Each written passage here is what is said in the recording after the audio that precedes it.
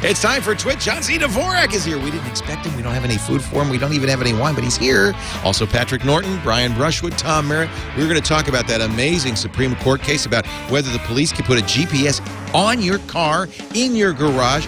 What is Meg Whitman going to do with WebOS at HP? Even she doesn't know, and a whole lot more. It's This Week in Tech, up next. Netcasts you love. From people you trust. This is TWiT. Audio bandwidth for This Week in Tech is provided by the new Winamp for Android, featuring wireless sync and one-click iTunes import. Now with free daily music downloads and full-length CD listening parties. Download it for free at winamp.com/Android. Video bandwidth for TWiT is provided by CacheFly at CacheFly.com.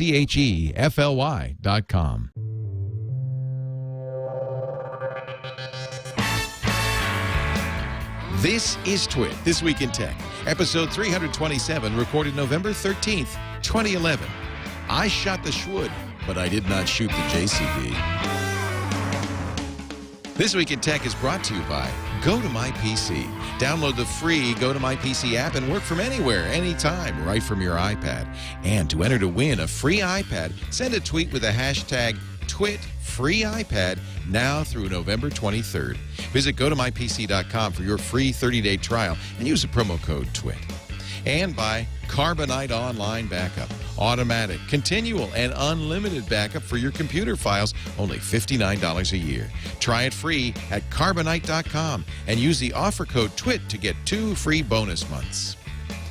And by Squarespace.com, the fast and easy way to create a high-quality website or blog. For a free trial and 20% off your new account for 6 months, go to Squarespace.com, use the offer code TWiT11.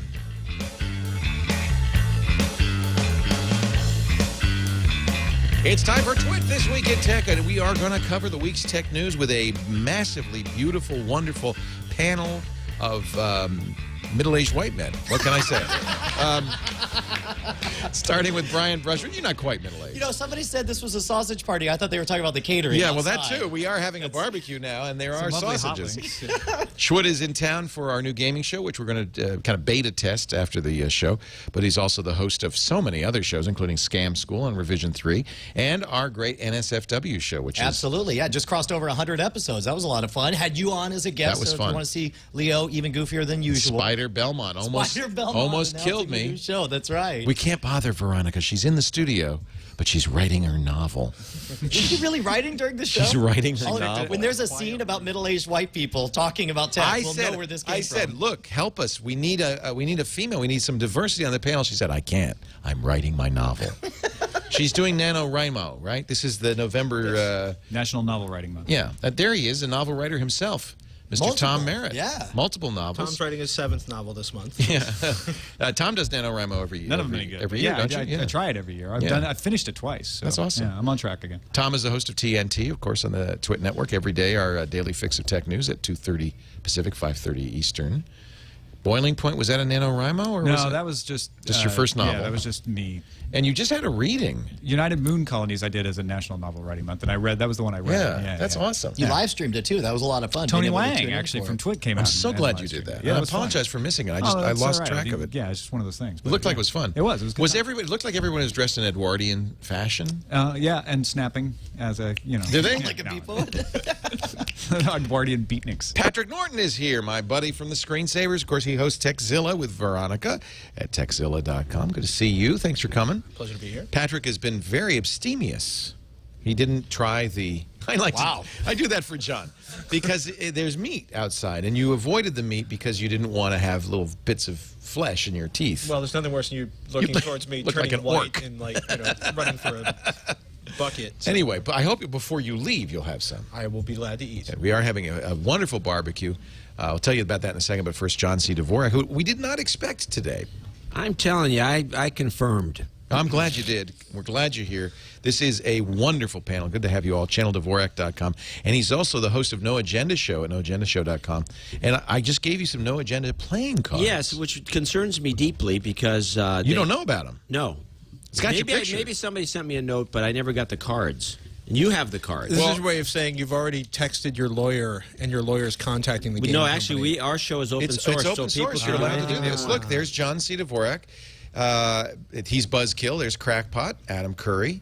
And then these are all No Agenda album art cards, and there's a whole game associated with it that actually looks pretty fun. Maybe later we could play for 3 to 8 players. Yeah, we should play it. That would really liven the show up. Go fish. I don't think you say go fish. You say karma. Karma, yeah. Anyway, no, I'll give these to you. I don't know where they came from. They just appeared one Well, day. I'm sure we'll find out. I thought it was a bar of soap. I opened it when it wasn't. I almost threw it away. So it's a good thing that I. What, you need soap? You're looking for soap? I was looking. I was for going to free- keep the soap. Free but- soap. I thought. You know what could I? What could? Okay, For a you just shower got in the morning. You've got a shower and Anyway, we are having a barbecue and want to thank everybody who came from, frankly, all over the Bay Area. It's really nice to have you all. Who came here for the farthest, though? Somebody's here from Israel, I believe. wow. There you go. All He's right. from Israel. You came all the way specifically for the show from Israel? He's actually a developer. say. He writes mobile applications. What's the name of it? Carbuzz. Have you ever seen Carbuzz? Carbuzz? You would actually like Carbuzz. I'd like Carbuzzkill.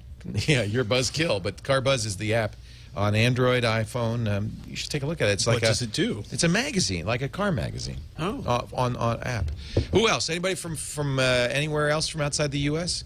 Or just outside of California. I Mostly think. local because it was, it's a barbecue and we wanted people who would be nearby. We got a great caterer out front. We've got a jumpy jump. We've got tents. We took over the street. You did? You get a It's pretty permit neat. for that? Yeah, we did. We paid a Petaluma Police Department. Paid the bribe? No, it's not a bribe. I believe there's a process Oh, okay. that you go through. That we It's called permitting, Tom. and, Right. That's and yeah, right. Much of the construction on my house was not permitted. this is all. Perish the thought. No. Permitted, everything permitted. And if you notice, I'm wearing a purple armband. That's not a style statement. That's actually so I can eat meat. If you don't have, you all have the purple armband. But that's just You're wearing, that's you're wearing that healthy thing. What's that? Oh, called this again? is the up, the jawbone up. The up. How do you like it? I was hoping you'd notice.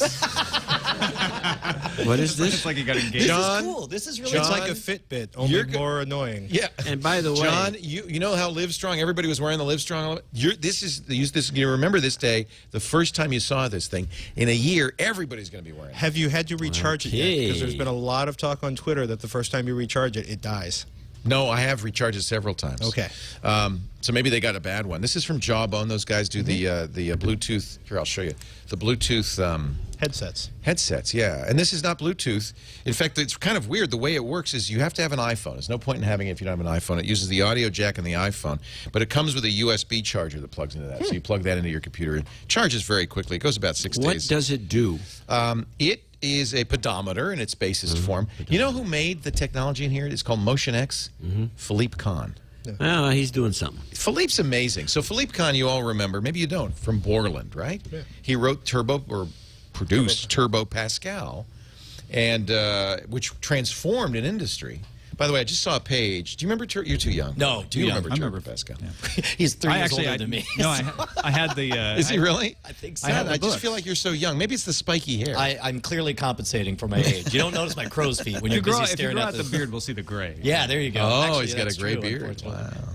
So, But the thing that excites me the most is that not only it's a pedometer, it's got an accelerometer, so if you're riding a bike or running, it tracks all of that stuff. it does. I don't know how well a pedometer on your wrist is going to work, to be honest with you. Right. So that'll remain to be seen how accurate that is. But So- it also tracks how well you sleep and It how much does. you move around. in So the night. you push a button on here. This is the button, and when you're going to go to sleep, you say, "I'm in sleep mode," and then it will pull up. I should show you. I have it on my iPhone. I can show you what it looks like. The app, which is free, is called Up. The device is called Up. It's from And it's Jawbone. It's wireless $100. Well, pay no attention to that Scrabble game. I covered it. I don't want you to see how dumb I am. So this is my activity. I've had 1,136 steps today. This is how many miles I went. This is how many. Oh, actually, yeah. Oh no, that's not today. That's this afternoon. So this is a graph. That's the food I eat. You take pictures of your food. But here's my sleep cycle. Let's tap that. So the orange is awake. The light blue is light sleep, and the dark blue is the REM sleep that you want. And you can see I only got 74% sleep quality. This Fitbit does this too. So now, when you like, do you have any memory of these moments that it says that you're awake? I don't remember. That's amazing. No idea. That's one. Yeah, okay. Now, How is that amazing? Because this No, is I like, do I'm remember. fascinated with all the things my body does Brian, that I don't even know. this is when I got up to pee. I'm an old man. Okay? I'm an old man. I didn't want to talk about it, but you put me on the spot. So anyway, I He vividly does remember that. I do remember that. Does it track that? There's a little cup. Do you take a picture? So and then you have a team of people that also are using this, and you can see how they're doing. I can see how Gregory slept. I can see how Gary slept. Wow. That kind of thing. Make sleep a That's what competitive makes it sport. better than a Fitbit, right? The idea is to make this a competitive sport. Fitbit does that actually as well. I slept the hell out of you last night. And then you could give each other challenges. The thing that the iPhone app is actually kind of smart because you take pictures of your food as you're going, and then you also register how you feel after you had that meal. I don't know if that would be of use, but it's interesting. So here's people putting their status updates. There's Gary's status update. I don't know. I think this, I could take a photo of my meal, choose a meal photo from library, work out with band.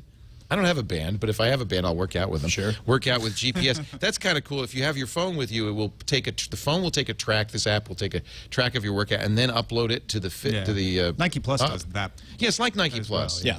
So it combines Fitbit, Nike Plus, a food tracker, a sleep tracker. It's interesting. And it syncs wirelessly, right? You don't have to plug it in? Unlike the Fitbit, you have to plug it in to sync it. That's a little bit of a Because right disadvantage. now I'm using a whole bunch of different apps. I use the Nike Plus when, by the way, I highly recommend if you ride a bike, get the Nike Plus jogging app because it's so will impressed track? with you. It's like, that's your best marathon. You're fast. You just went Wow, 26 miles in You just won 3 the minutes. Olympics. Yeah. Exactly. So it syncs just by putting it in there like that. It's syncing right now. It's It's not bad. It's very quick, and you don't have to sync all the time.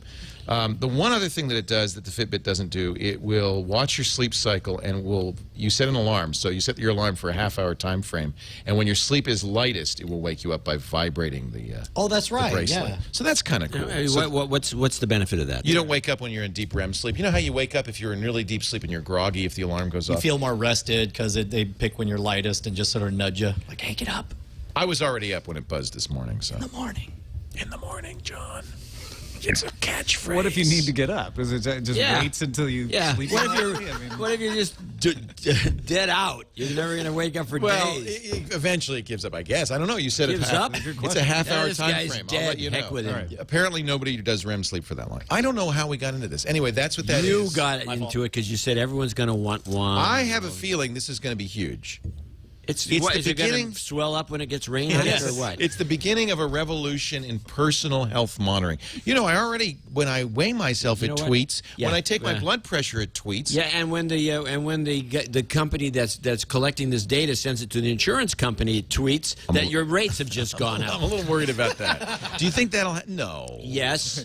It's not medically reliable. They can't use that. They can't. Yes, they don't need it. It doesn't have to be They can do it reliable. for any reason at all. Any reason they got. They did raise my rates like 13%. So fake the Probably data because and get you your rates down. signed on to that thing. I wouldn't trust if they'll anything. use it anyway, then, No, it's Then I also should being I used, should exercise. you should Shopping spike records the from data. Safe I should Records. Yeah, that's another thing. Don't get those shopping cards. Those go right to the insurance companies. Like if I buy donuts. You bought more red meat? Holy mackerel! Look at the donuts this guy eats. Jack his rates up. He's going to be That's dead in a why month. if we just had a single-payer health plan, John, we wouldn't have to worry. Well, no, and all I for believe what that. it is, like on average, and I'm somebody who has to pay for his own health. I don't know how we're on healthcare, but the Why rate not? This is 20%. TWiT, don't you know? Maybe do the 999. show We haven't eventually. started yet. I'll try to get him on track, ladies and gentlemen. I'll do what I can. That's why we love you, John. Go ahead. Oh, no, I was just going to say, from what I understand, it's illegal to jack up the rates of any one person, but that's why they do these groups, right? So you start a group, and then the group Right. as a whole, 20% every year, year Well, after I year. thought that, but they recently raised my rates more than they raised the rest of the company's rates. Is that legal? I don't know. They said it's certainly douchey. It's douchey. The rationale was, well, we're such a small group because we're only 20 people that in that case. So Yeah. my rates were actually raised over everybody else's. At Well, they could TWiT's. do that because of if they have your health information and you fit one of the groups that he's talking about, I guess. I don't know. It Was that seems the wrong, rationale? but healthcare. How much is that thing? $99. Oh, geez. Same as the Fitbit. It's really comparable to the Fitbit. That's not going to replace Livestrong. The reason I like it is because I've lost 3 Fitbits because they're on your belt and it's easy to lose. This I don't think I heard audible gasps when you said you lost 3 Fitbits. I know. People were like, oh. Well, there's one at the San Diego Zoo. If you want, it was by the orangutan wearing it there. It was by the tiger cage. And that's going to the insurance company. Like, he's eating really healthily. There's a lot of has the health Just of an eats orangutan. bananas. How can this be? Lots of bananas. So actually, there's some I think sad news to start the show with. It just broke. This is very sad. You all know about Diaspora, which was founded about a year ago as a Kickstarter project to compete with Facebook. They wanted to make an open Facebook. The idea being it would be federated so anybody could run a Diaspora server. They'd all speak together. Nobody would own the data. It's exactly like Google+. If you log into Diaspora and look at it, it is like a mirror image. Google+ looks exactly like that. I think So it's you're saying Google Plus stole it? I'm not saying that. I think there aren't that many different ways to do a social network. But it is Google+. It works exactly the same It's way. funny because I am a member. I haven't used it. I gave them $100 when I left. Join Diaspora. Join Diaspora, not get Diaspora. All right, let me type that right. But yeah, it works exactly the same way as Google+. I think there may actually be a relationship between the two. That's why I don't want to accuse them of stealing. That's interesting. The kids that did this, they were all, I think, NYU students. They went to Kickstarter to raise the money and raised a huge amount of money. In fact, Mark Zuckerberg even gave them some money. Wow. Yeah, joindiaspora.com. They're just calling it the Diaspora Alpha. The sad story is, we believe, according to All Things D, that one of the founders, I think there were 4, a 21-year-old, passed away yesterday. So Ilya Zhitomyskili. And no word on what happened, but very sad. I did not know him. I had not met him.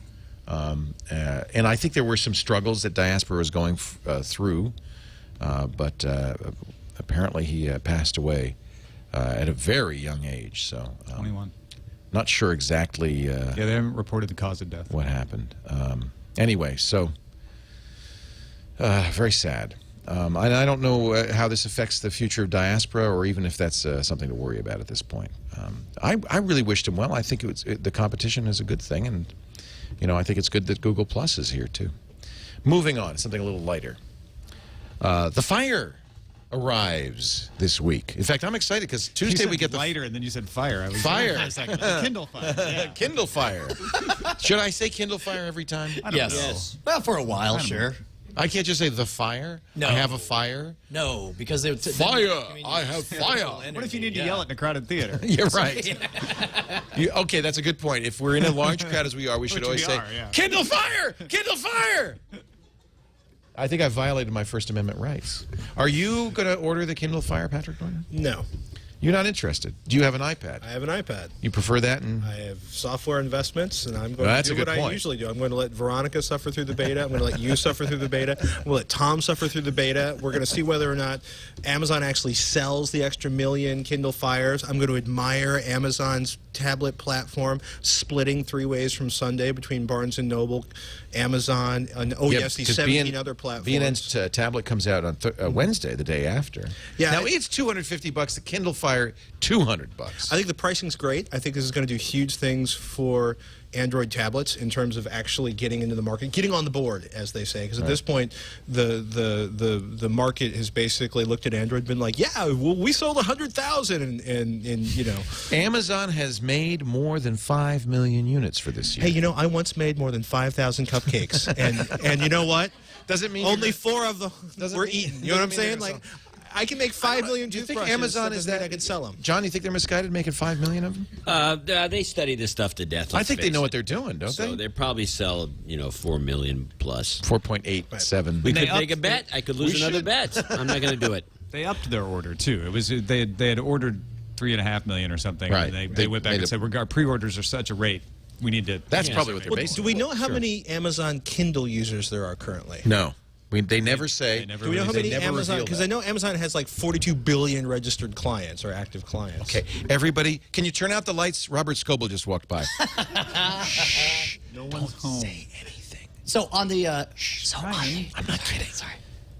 On the issue of the Kindle Fire. Okay. Shh.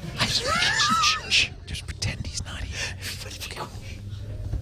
Everybody check out on Foursquare. Nobody's here. Go away! He just walked back into the kitchen. That's where it's the first place he always heads. So he's actually more irritated by Google Plus brands than I am. I just want to say. So, Which is irritating, and we're going to get to that in a second, because I'm irritated too. I'm mad as hell. but here's what I want to ask you guys: are we victims of living in a bit of a tech bubble? In that we are fundamentally a different class of people. That's a given. Well, yes, but I mean specifically. And so is every single person listening to this show. Yes, exactly. We are all the type of people for whom $500 and up for a tablet is not outrageous. Right. The It is people to me. that it's going to really. You don't have an iPad? I got to pay you better. Well, I'll tell you where this is going to... Yeah, you do. You heard him. Where this is going to be huge is my parents-in-law are the type... They already bought the first Nook. Like, they don't buy any of this stuff. But the Nook was cheap enough. Like, they would never consider paying more than $200, $300 for a tablet reader of any variety. And now this is a whole new opening of a category to a type of people who would never buy an iPad. It would never occur to them to buy an iPad. And I do think so seeing it as a reader, seeing it as, oh, it's a Kindle, I get that. It's a reader. It's a reader. Well, I could buy that. I think it'll be interesting to watch the reactions. Personally, I agree with you. Amazon knows its market. Amazon's got a huge, customer base. They've got an ecosystem. They've got everything going there to make this a success. I think it'll be interesting to watch because what makes the Kindle so wonderful, what makes the Sony Reader so wonderful, and a couple other platforms out there is e-ink, battery life, simplicity, and focus. None of which the Fire has. None of which any tablet has. Right. And I think it's going to be really interesting to watch that. I think it's also going to be really interesting to watch as Android is forking. This is like watching angry Linux developers move in 7 different directions, and I think it's going to be really interesting to watch how people react, or if people even care. I think most Amazon users will be like, "Hey, I'm on Amazon. I got Amazon stuff." I don't think anybody necessarily knows it's Android. They never, in the announcement, mentioned Google or Android. And I'm not sure, but I would assume that they're going to try to minimize using the word tablet. They don't want people to think of this as being in the same category as the iPad. So did BNN make a mistake calling it a tablet? I don't know if it's a mistake, but as long as they focus on the reading and media consumption aspects, then they're able to position as, well, I'll tell you, and Tom was saying the best thing that the Nook is doing with Barnes & Noble is implying all the things that... Yes, this is great. They came out in their press release, in their press announcement, and said, the Nook tablet has Netflix, the Nook tablet has Hulu.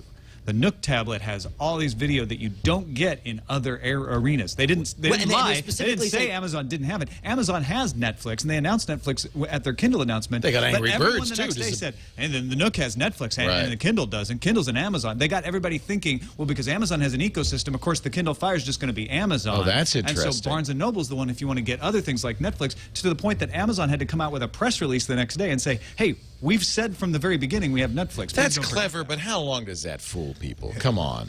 I mean, it doesn't matter because the important thing to note is that both of the companies are focusing on the media consumption aspect. They're not focusing on... And by the way, magazines. Yes. I think magazines may be kind of the unheralded real strength of the Kindle Fire. The entire metaphor of the Kindle Fire is a newsstand. It's a rack. Yep. It's all a rack, and that fits right into it. And they have got big time. They've got the Hearst and Condé Nast people involved. They're going to have GQ. They're going to have... I'm sorry, Vanity Fair without having 5 pounds of paper in my hands. Awesome. It's not Vanity Fair. And imagine Vanity Fair with... But wait a minute. But imagine Vanity Fair with audio and video.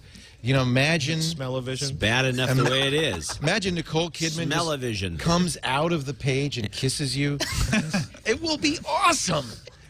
I have a good imagination. Yes. Well, just because of that damn thing you're wearing.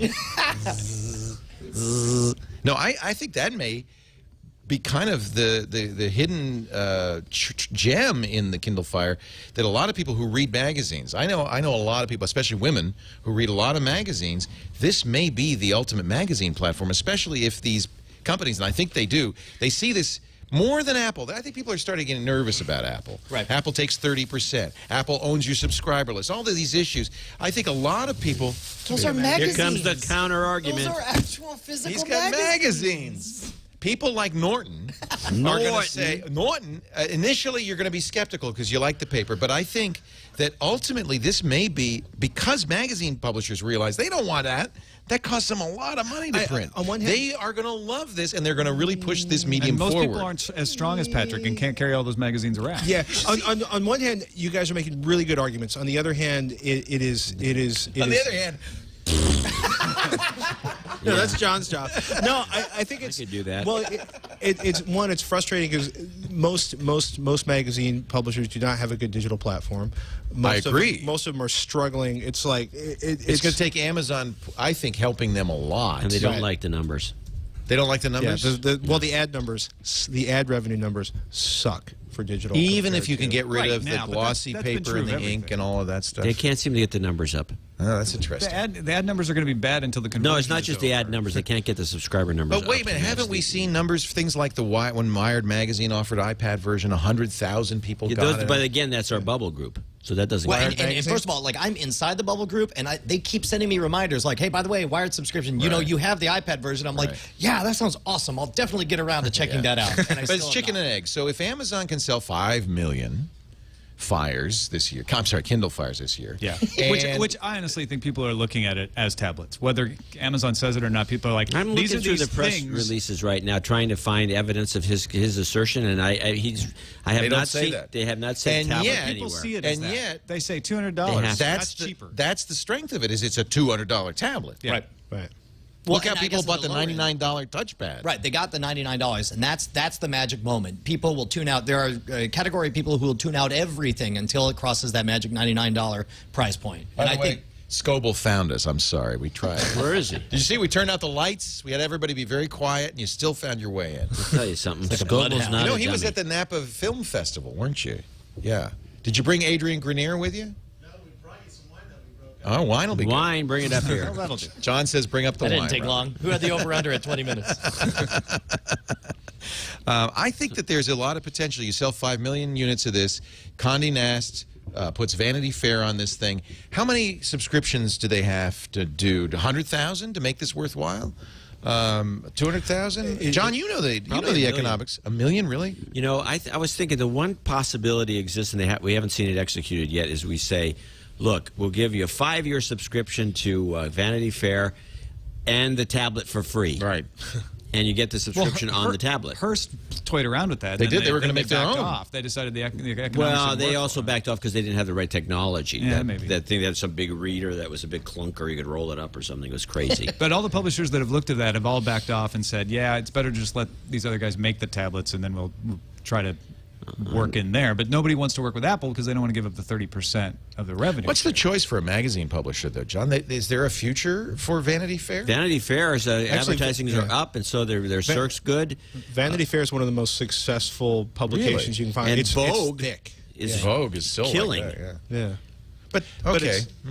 It's stuff like You the think special why we interest need magazine. Veronica? You on the don't like magazines? You hate them to the point where you refuse to subscribe to I'll one? use as an example 2 magazines that perhaps aren't in the same category as Vanity Fair and Vogue, The Economist and The New Yorker. You hate those magazines. I love them, but I love the content. I don't love the fact that they're piling up on my bedside table. So you can't throw them out? You can't grab them, go to the garbage No, can, you know throw why? them in the recycling bin? You know why? Because I haven't read them, or there may be an article in there. You have, as a subscriber to The I have Economist, them on my access iPad. to the iPad app. I know. So you just toss them. You can read the articles. I do. later Well, on the and iPad. in fact, I don't even want the paper anymore because I have them on my See, iPad. I get The Economist, and I like having the paper because I like just having it You like sitting there on the flipping dining room through it. table where I can Yeah. just don't have to go Well, you get both. get the iPad, but I can also go back and read articles in the past. So this is, to me, the strength of the tablet platform, and I think one of the reasons as a magazine publisher, I think that they would embrace this. But maybe if the economics aren't, I don't think the economics are good. For the other thing is that, for example, you'll go on your Economist thing and you'll look up the articles and you'll skip. You won't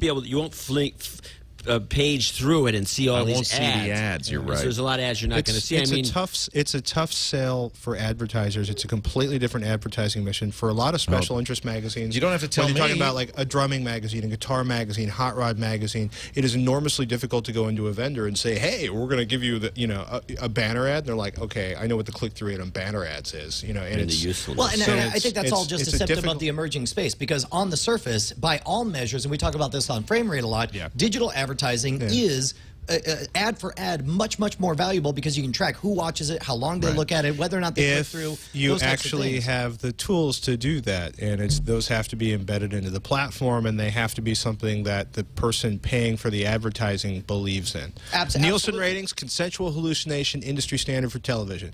It is the biggest pile of I have seen in my adult life. That was an amazing self. He bleeped himself. He actually, It I heard sounded the like beginning and Eileen end of the word. Sorry, I didn't mean to interrupt you. No. But I mean, but it is. Patrick's been doing that for decades. We've never talks in edited sound Patrick effects. ever. He's always self-edited.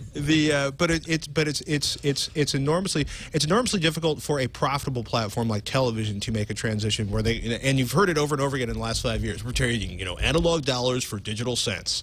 And if you're in a beleaguered platform like most magazines, Vanity Fair is an exception, Cosmopolitan is an exception, a lot of the big thick books are an exception.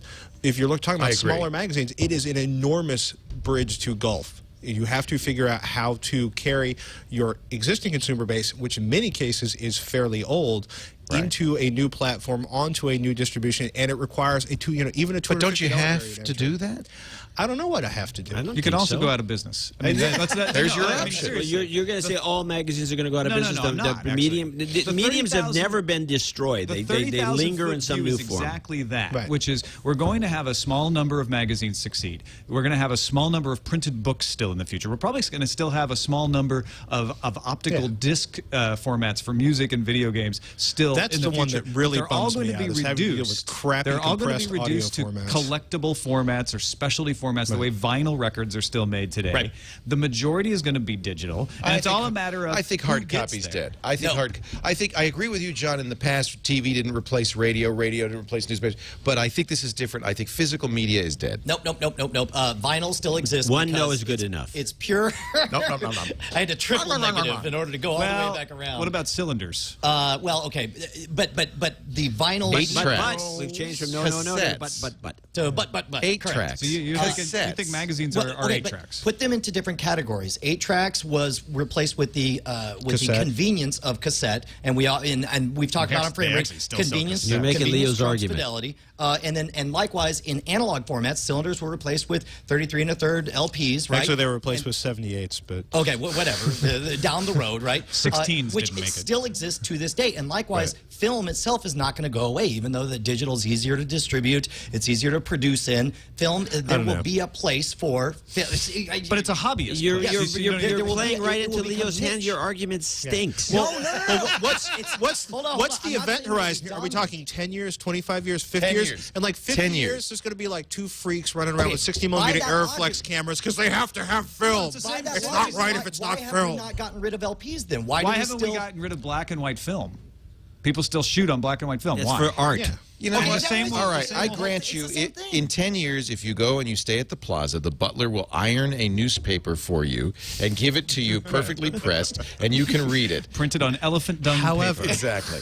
But that is going to be a very small niche market. Where is 90% of the sales going to be? Like, I will weep when they stop pressing CDs because I'm going to have to deal with probably some bizarre online format. We're going to do that in the next few years. We've never loved Doesn't the mean I medium. can't We love fight the content. every inch of the way. I think the broader point here is that there's a certain amount of attention out there for entertaining things, and there's a certain amount of money to advertise to those, and it's all about figuring out how we bring those two together in the future in digital. What we're doing right now is this long process of, well, I don't want to spend my money there, I want to spend it there, but the people aren't there anymore, they're over here, and they're doing video games, and I want everything to stay the same, and it's not. People are doing all kinds of different things, and it's not porting over very nicely. People aren't saying, well, I used to read magazines, so now I read magazines on my laptop and my tablet. Right, They're doing that's the all mistake. kinds of different things. And that's the mistake. You really want to go into the next medium. I just think... I got an argument. Okay. I'll jump. Let's hear you defend side on this thing and try to like save him. First of all, we talk about cylinders and LPs and the rest of it. These are immature mediums that are actually essentially the same thing. I mean, the cylinder was a bunch Different of form grooves, factors. and I then agree. a bunch of I agree grooves, with and then the CD even's a bunch of holes. I'll grant you that. Okay. Yep. Magazines have been around for so long. It's a mature medium that cannot disappear just based on media theory. It's just not going to happen, and that's the only argument you need, which is it's been around, it's very handy, it's a portable medium. I always like to take the point, like, let's switch time around. And when everyone's reading magazines on their little tablets, and then somebody comes out with this revolutionary idea because they discovered paper, and they're printing on it, and you can take these things and you can read it, and then you could, wow, this is so cool, look, I can thumb through it, and then I can throw it out, and I don't care. Battery life, unlimited, always on. I just realized what a first world conversation this is also. All right, we're going to take a break. We're going to come back with more. Almost all technology conversations. Well, one more question. Harry McCracken on the Technologers says Amazon's going to turn it into a phone. What? Kindle Fire phone. Kindle Fire phone. By running a VoIP app Kindle on it, Fire like phone. Skype? What do you think? Yeah, that's possible. Crazy. You're crazy, Harry. You can. Does it have a good mic? I mean, eventually, yes. I'm going to say eventually Amazon's going to get into everything. It says he says Amazon's already done a lot of the heavy lifting required to build a phone. It could repurpose some of the effort it's poured into the Kindle Fire tablet. No, it's an interesting Amazon. Maybe they don't turn. Yeah, maybe they do a phone. He's saying, I'm not saying a Kindle Fire phone would be an antidote to Android fragmentation. Actually, if it's like the Kindle Fire tablet, it would be one of the most fragmented Android phones of all. But the Kindle Fire, with its simple interface, deeply integrated services, is fragmentation with a point. In other words, he's saying this could be the best Android phone ever. Yeah. It's fragmentation with love. It's almost meaningless to call it an Android phone. I mean, it's got Android. It would be an operating Amazon system. phone, and that's the point. They could buy WebOS tomorrow. I'm not saying they will. You know who they could buy WebOS and run the same interface on the top of WebOS on the Kindle Fire. Nobody would know the difference. You know who was selling the Razr, the Motorola Razr on 11/11/11? For $111, Amazon Wireless. Right. I have bought my last 3 phones from Amazon Wireless. They are a very big player already in wireless. It's an interesting point. Well, and the phone I could see being kind of a backdoor discovery in that you buy this ultra portable reader that just happens to have the form factor that we associate with the phone, and they're like, well, this is silly. Why can I not take calls on this? And then at some point they just How add it in about the future. Corey's got a great idea in our chat room. How about they buy Sprint? They give away free phone service because they're making enough money on the front end of Amazon services. Part of Amazon Prime. And Sprint makes its money off the wholesale service of LTE anyway. In fact, So Sprint makes more money on wholesaling on MVNO than they do on being Sprint. They don't want to be Sprint anymore. They want to sell you. So maybe they don't even buy Sprint. They just become an MVNO. Yeah. Anyway. iLover also pointed out that you need paper magazines for doctors' offices. Yeah, And they that way must they be can. 6 months That's the out a only day. way they can transmit diseases. That's right. And keep the doctors in business. right. Otherwise, we'd all be Did you healthy. see at JFK? I was at JFK. They have a restaurant that have all iPad for the instead of where they would put the jukebox, they have the iPad there with the menu and everything. Put 5 iPads in a doctor's office. My doctor's office won't let you have any electronics on in the waiting room. What? What kind of No doctor cell is this? phones, They're afraid you'll nothing. catch viruses. Why? Why? It's a Zen thing. Did you ask him? It's Marin County. I see this more and more, and I hate it. Turn off cell phones. It's crazy. What's wrong with a cell phone? She said interference with the machine. Interference with bull the crap. I'm like, what are you, a machines. pilot? Yeah, even the pilot doesn't. Anyway, what do I have to do? Do I have to do an ad here? Yes, please. What is the ad for? Way over Well, we time. could do go to my PC. How about go to my PC? I don't even know what's going on. I didn't even start the timer. You know, where's the remote control? Let's start the timer. We started just about at 3 Oh, so you're running timers now? Yes, I'm trying to keep wonder, this thing 'cause on. I always try to get out of here, and I always say, "What? He's done already?" I'm trying You used to go 15 minutes on some of these I'm ads. trying to keep not on the ad. I'm trying to time the show. I want to shorten you. Anyway, I want. What is it? Go to my no PC. comeback for that. Yeah, I know. Go to mypc.com, right? That's the place to go for remote access. That John's going to walk through that. Go ahead. Just walk. Yeah. Go ahead. Have another piece of tri-tip. It's fabulous. Hey, John, can you grab me There a he Diet goes. Coke? There he goes. Thank you, sir. No, thanks. Anyway, thanks to Go to My PC for their support. Back to the show. No, I wouldn't do that. I wouldn't do that. Do you know what I've used Go to My PC for recently? What? On the road, I'm at a hotel, and they got terrible Wi-Fi. And I don't know what it is about hotels where universally they all have absolutely terrible Awful. Wi-Fi, right? Yep. But I know at home I've got good bandwidth, and let's Right. say there's something, a preview I need to check or a file that needs to be downloaded and checked. What I'll do is I'll go to my PC, to my office PC, download the file remotely, 'cause Yep. I can download the 200 megabytes or whatever, and I'll actually watch the preview over Go to My PC Yeah. for the choke bandwidth. Isn't that brilliant? Yes, it is. It's basically like a VPN. So one more use of Go to My PC, it allows you secure, safe surfing anywhere you go because you're 128-bit SSL back to your office. And if your office has high-speed internet, you can use its high-speed internet to get those big files. Brilliant. That's a great use. Mac or PC, I want you to try it free right now. Visit gotomypc.com. Click the orange Try It Free button. Use the offer code TWiT. It works everywhere. It works on Macs and PCs. And with the free iPad app, you can also access your office computer from an iPad. It's a little wacky running Windows on an iPad. How do you But deal it's with the awesome. right clicks? Yeah, They have the whole thing set up. They got a little mouse thing. It's really sweet. They've solved the whole thing. You get full keyboard functionality. You use touch. You use gesture. You still have access to that, but you're using Windows. It's I've really actually kind of used this amazing. to freak someone out and told them I ported Windows. I I'm know. Like, see, It's very impressive. I've got to run it on my It's iPad. very impressive. With the Go I to gotta My PC, scam that's somebody. awesome. It is magic. Go to mypc.com. Click the Try It Free button. Use the offer code TWiT. Try it free for a couple of weeks. Actually, I guess you get a month. month free, and you will be amazed. Go to mypc.com. One more thing on that, go to my PC. We're going to do it again. We did it with a TWiT photo. I think we did it once with TWiT. We're going to do it again. We're giving away an iPad 2. We know the holidays are coming, and we want some lucky member of our audience to use an iPad 2 to access their office computer while they're away for the holidays. We're calling it the Way for the Holidays giveaway from Go to My PC. To enter to win, here's what you do. You can do it right now or anytime between now and November 23rd. So we're going to give you 10 days to do this.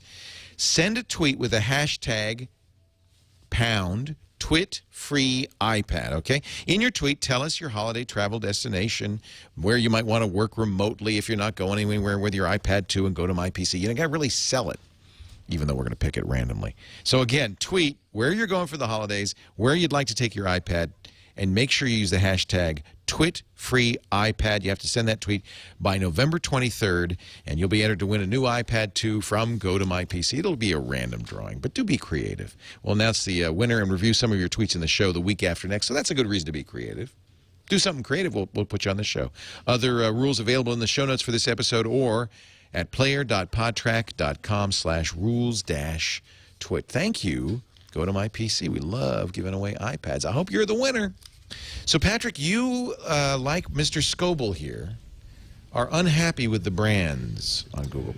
Google+, we're going to do brands. We're going to save it. We're going to have features for businesses. We're going to launch it. It launches. Surprise! It permanently attaches itself to whatever account you have open. Well, that's what happened to Robert. Wait, what else happens? There's no official verification policy. You can have multiple accounts for the same thing. Anybody can be TWiT. Anybody can be TWiT. Anybody can be Techzilla. Yep.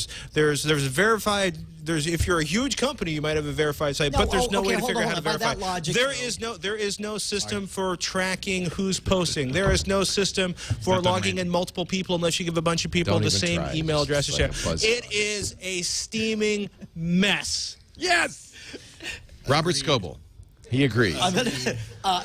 First of all, full disclosure, I haven't tried it yet. But all the complaints I've heard, in the bubble? All the complaints I've heard have been stuff that I would assume would happen when you take baby steps. The whole thing, like no way to verify, no way to track, by that same logic, then you should have been annoyed by the calamitous why the delete expletive did they wait 14 months to launch it if they weren't actually going to do anything useful for administrating a brand in a company? Baby steps, bro. It's somebody like no, but this isn't a baby step. This is a mess. So you would prefer that they just don't even have anything. Either start you don't off even and it's all use perfect. it. Well, we're using it, and by the way, defending it out of all right. Where's the chat room? Who's watching live? I want you to open up a Brian Brushwood Google Plus page. Let's see how many Brian Brushwood Google Plus page we can get open. I hate you. Don't do that to him. Don't do that. Sounds like a first world problem. By the way. And Eileen, you pointed this out. There was a duplicate TWiT page, and they killed it.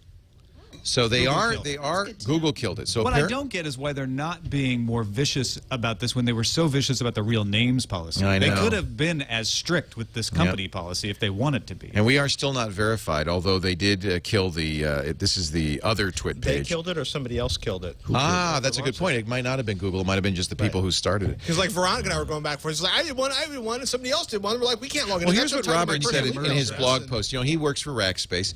He immediately, and I think smartly so, Roberts went and created a Rackspace brand page, then realized that he owns it.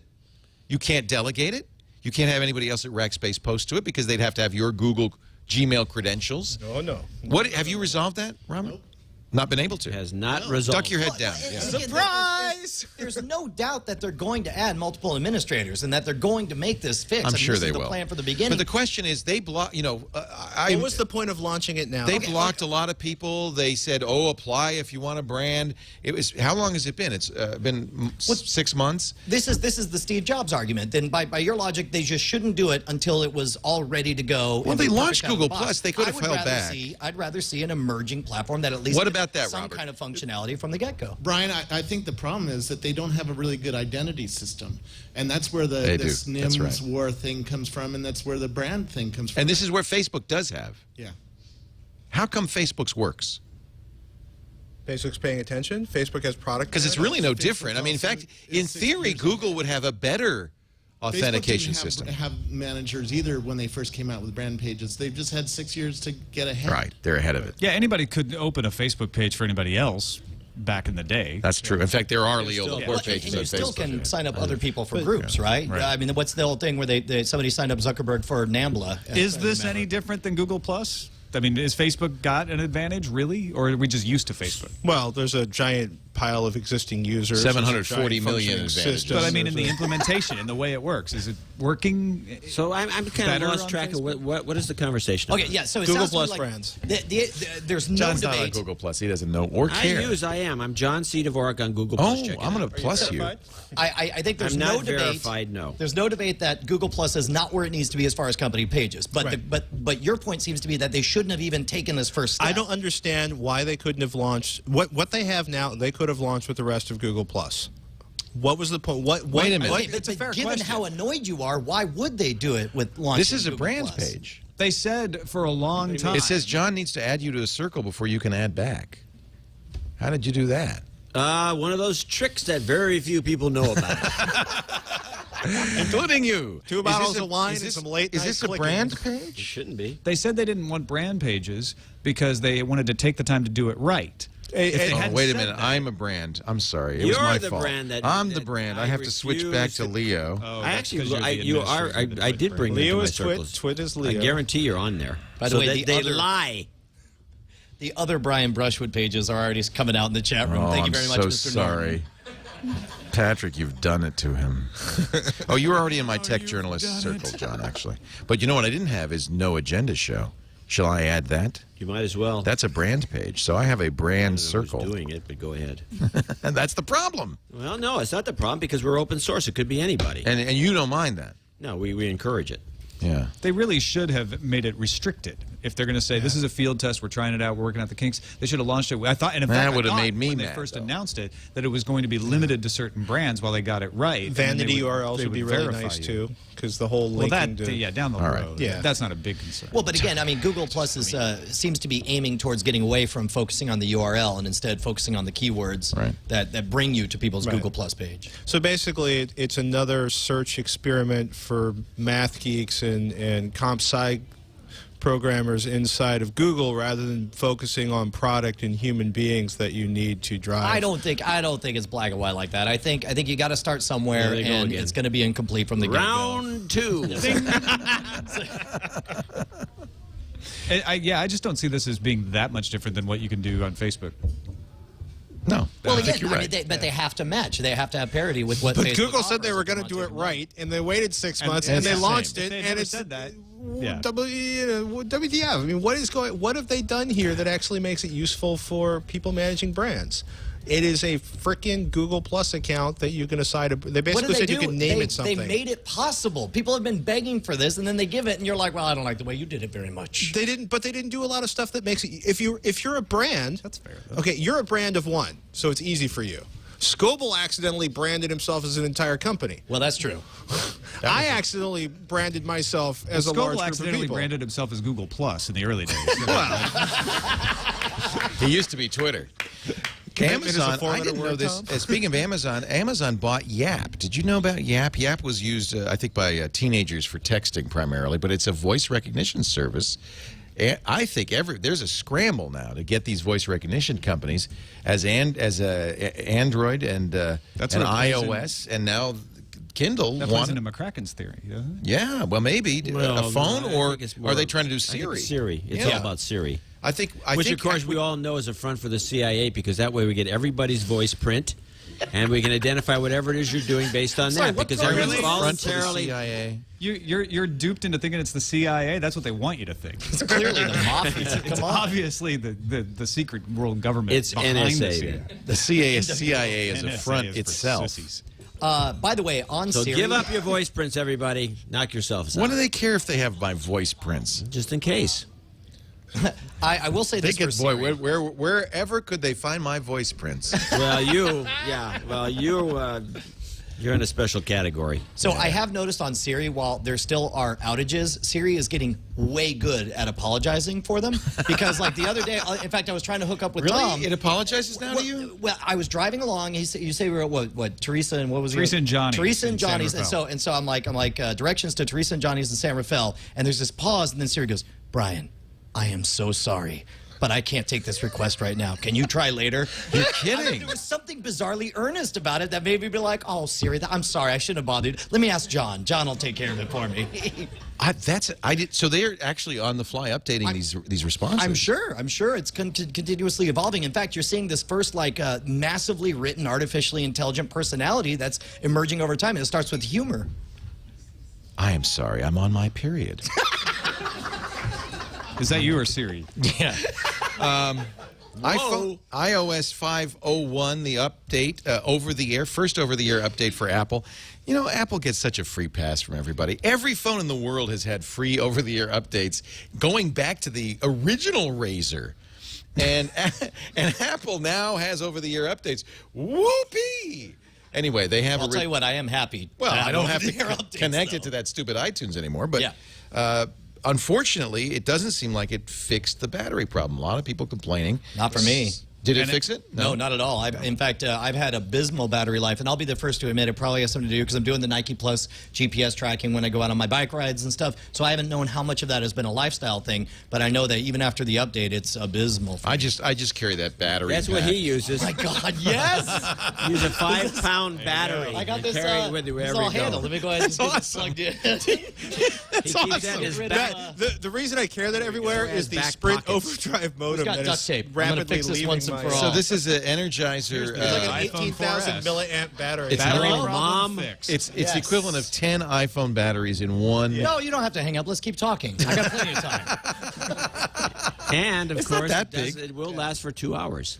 You know, with AntennaGate, they send everybody free cases. Maybe this will be the solution to the battery issue. Well, speaking of AntennaGate, let's talk about that because remember, Apple said there's nothing wrong with our antennas. You're holding it wrong, and apparently Consumer Reports disagreed because they didn't recommend the iPhone 4. This was really what got Steve Jobs to come back from Hawaii. We've now learned in the biography and address AntennaGate. He was irate. He really had to be talked down.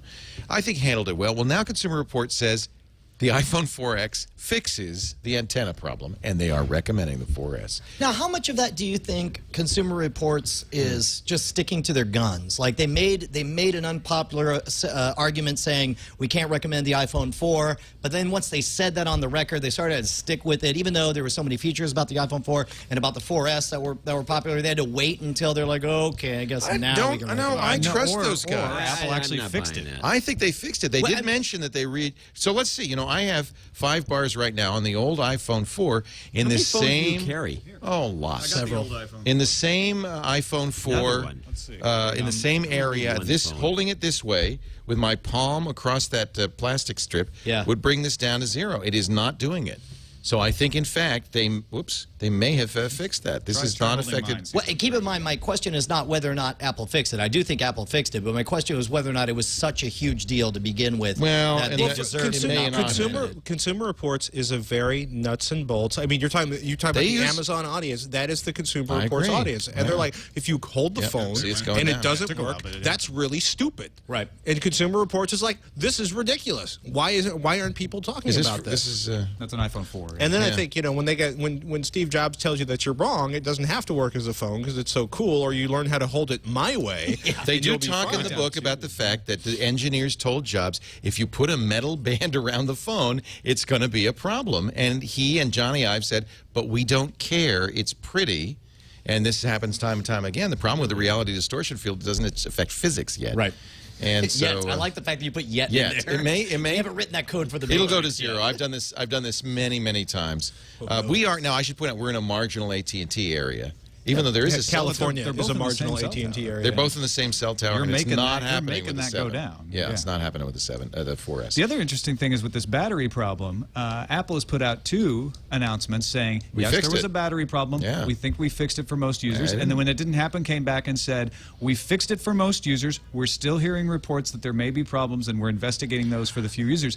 I don't think they would have put out those releases at all. That's a under real CEO Steve Jobs. That is a post Steve Jobs. You know, it's better, and I don't know if I haven't done this in a year and a half since the iPhone came out, before it came out originally, and this would have been 0 by now. So they may have actually improved the tower in Petaluma, or at least improved the display to not confess. Oh, you know what? They did. Yeah, I forgot they did patch They that. said that. Yeah, All right, so they even said like, oh, well, there's a problem with the display. the problem is how we better than it calculate looks. those bars. Yeah. Anyway, so I think that's kind of interesting. I don't know what to say. If you have the first generation Nano, First generation. You got one on you, No, Leo? I know. I What's don't funny, actually. That's a long time ago. That's the one that was like a little candy bar. well, right? and the problem here is, of course, that some of them are leaking and exploding and battery issues. Come on, they're 5 years old. Right. Well, and here's the problem, though, is who are the people who still have these? It's not you and me. It's our Grandma. children And they're who get fucking- our hand-me-downs. Right. And what's And funny, this is the kind of thing I would It's totally going to ignore. blow up the kids. No, and this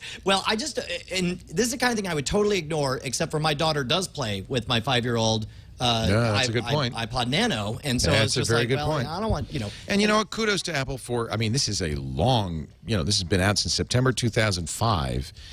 They are actually replacing them with brand new iPods.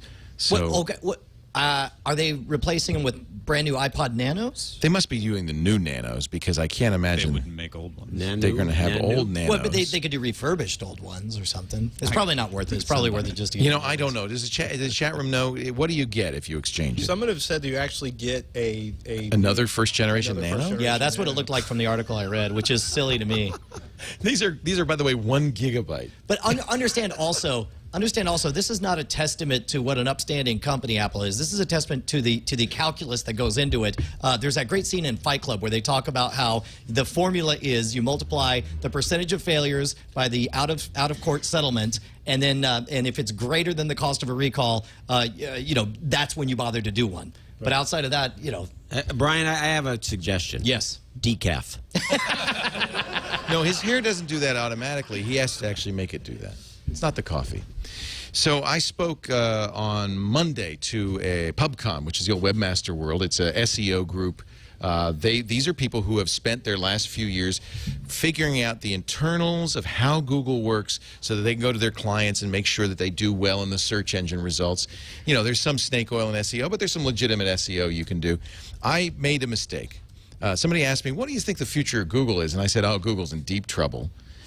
Because because Siri, among other things, is going to intermediate between you and Google on mobile platforms.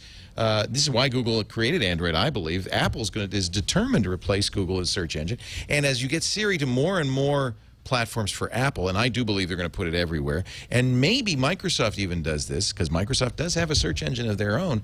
It may be just a year or two before people are talking to their computer instead of searching on Google, asking their computer for the answer, and the computer is intermediating between them and Google and replacing ultimately Google. Number one, that's 100% right. Number two, they were unhappy. They were really unhappy.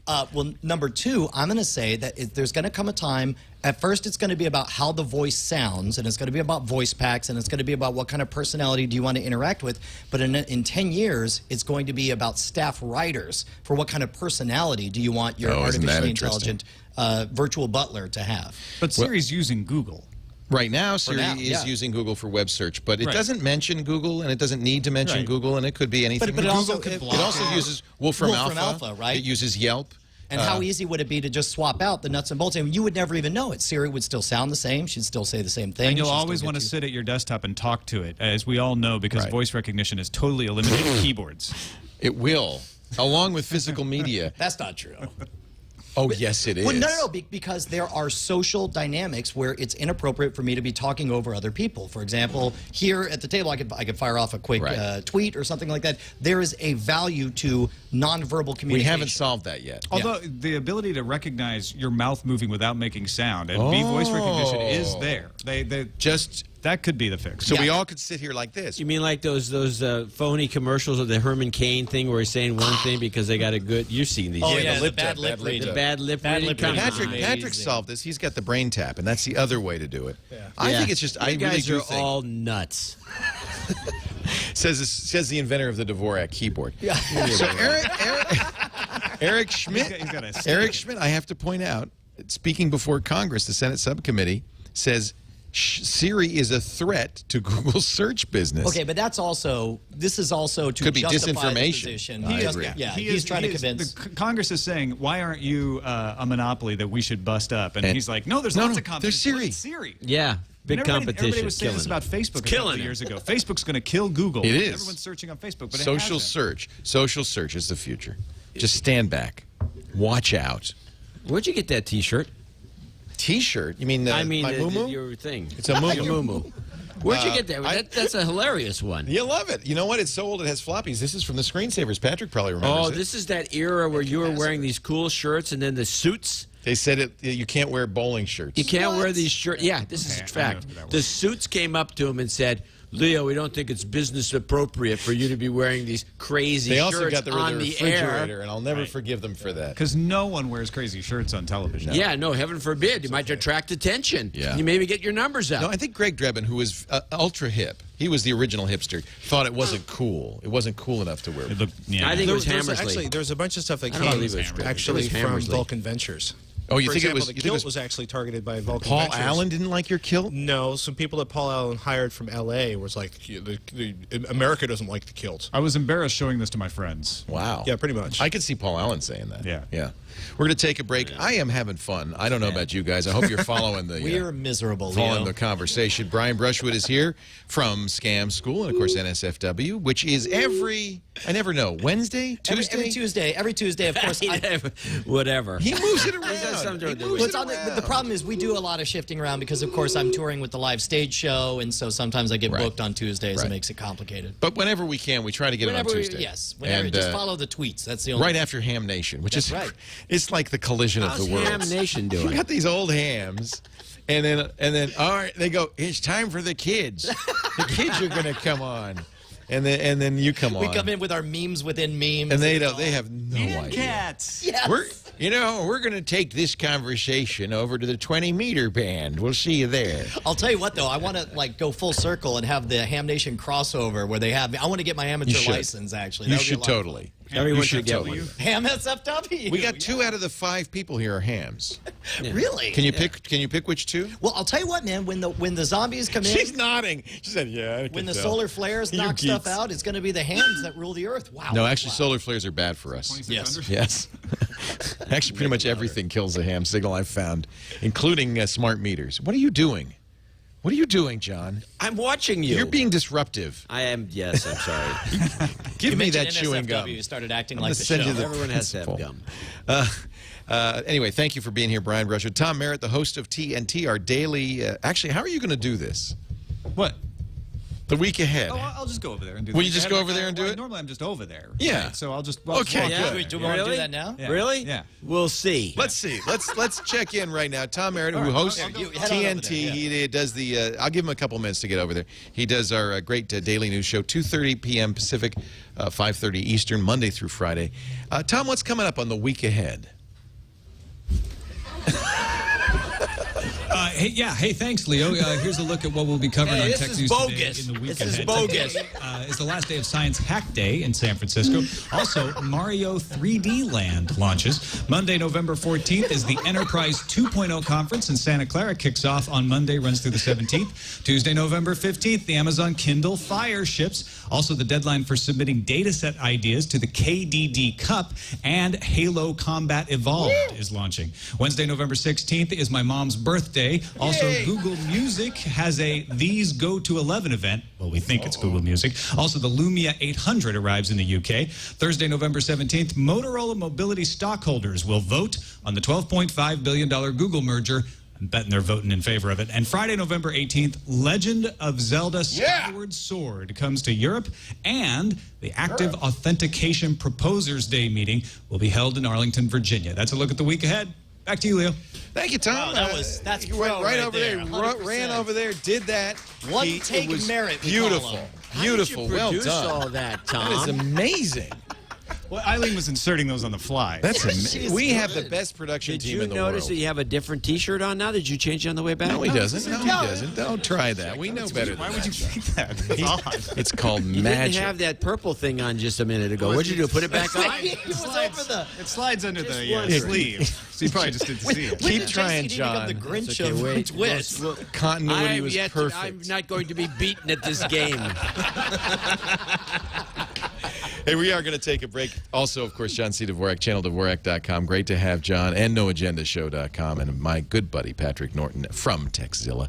But first, I should mention Carbonite. Carbonite.com. How great. I didn't bring my clipboard. That's why I don't know what's going on. Carbonite, of course, is backup done right. We've talked about Carbonite before. This is the best backup service. Automatic, in the cloud backup. So, and I'm telling you, disasters happen, but they will never happen to you if you've got a Carbonite backup. And they listen, too. Let me tell you, Carbonite Online Backup, remember, we've talked about this before. It's unlimited backup, $59 a year, less than $5 a month, for all the data, as much data as you have on your internal drive.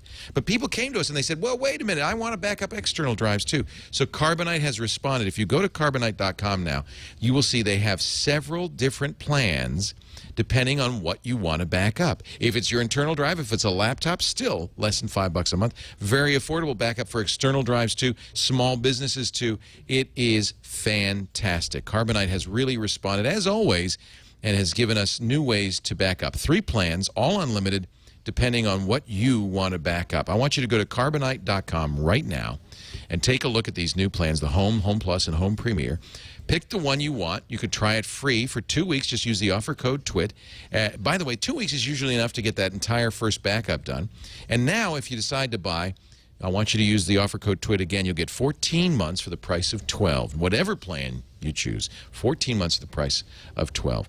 It's encrypted. It's safe. It works easily. It's cloud storage, too. You can log onto your Carbonite account from any computer, Mac or PC, smartphone, tablets, Blackberries. There's your stuff. Carbonite Backup. It's the best. Try it free for 2 weeks at carbonite.com. Use the offer code TWiT, and when you buy, you'll get 2 months, 14 months for the price of 12 when you go to carbonite.com and use the offer code TWiT. I should point out they don't yet have Mac clients for Home Plus and Home Premier. They will. They're working on it. One of the things Carbonite, I think, and I really admire them for this, when they write their clients, they really want them to be native. They want them to fit. They want them to work with Lion. The home version does work beautifully with Lion, and they want to make sure the same thing happens for Home Plus and Home Premier, and they are working on that. That'll be just around the corner. But if you've got Windows, try it now. Carbonite.com. Everybody's back in their seats. The only guy who doesn't... Whoa! He just shot Shwood. That was very disturbing to see a slowly walking J.C.D. look and then just whip out a gun right at your face. He fragged you, and man. pulled the trigger. Unbelievable. He should be on the There gaming was some part show. of me that thought, this is how it ends. Assassinated by John C. Dvorak on TWiT. It's possible. You know, it might be good for ratings. You might... just a thought. Cut to 3, No, cut please, to 3, just cut let to him 3. In fact, his show, double. Yeah. We could see the last NSFW. Posthumous episodes. Yeah. Of NSFW. Yeah. I've been banking hundreds of them for my family's estate. So, you did mention, somebody mentioned something I thought we should talk about when we come back, but I don't remember what it was, so I'll move on. Do you remember? I don't. Did we bring up something? To be honest, I haven't been paying much attention. All right. Shoot Shwood for ratings. That's the name of the show. By the way, you know who said that? Denise Howell. So our hosts are now, So it's legal? We already know that Norton hates him. So what happened to iTunes Match? It was supposed to launch at the beginning of the month. This is that. It was supposed to launch at the end of October. Yeah, I thought this was going to be really cool. This is $29 a year. They take all the pirated music on your hard drive, replace Make it legit. Well, No, they I don't mean, say let's they take don't put it all that the way. music. Yeah, They're pirated or and not, they're legally acquired. and they make it legit. But and to be honest, it's like they still come out ahead. Let's assume, for sake of discussion, that every single song you have is totally pirated, right? At this is what, $25 a year? Is that right? This is not that much cheaper than signing up for a subscription service like Mog or Spotify or one of those things. Well, it's a lot that cheaper. Gives you, well, no. Mog is $10 a month. Spotify's $10 a month. So it's 120. I thought it was like $7.99 or $8.99. I'm paying for Mog, and I'm paying $10. $5 a month plan is the cheapest one. Yeah, but you can't use it on mobile devices, so you really want the $10 a month. Right. Okay. But even $5 is still a lot more. But the point is, what if I told you that for what is your point, Brushwood?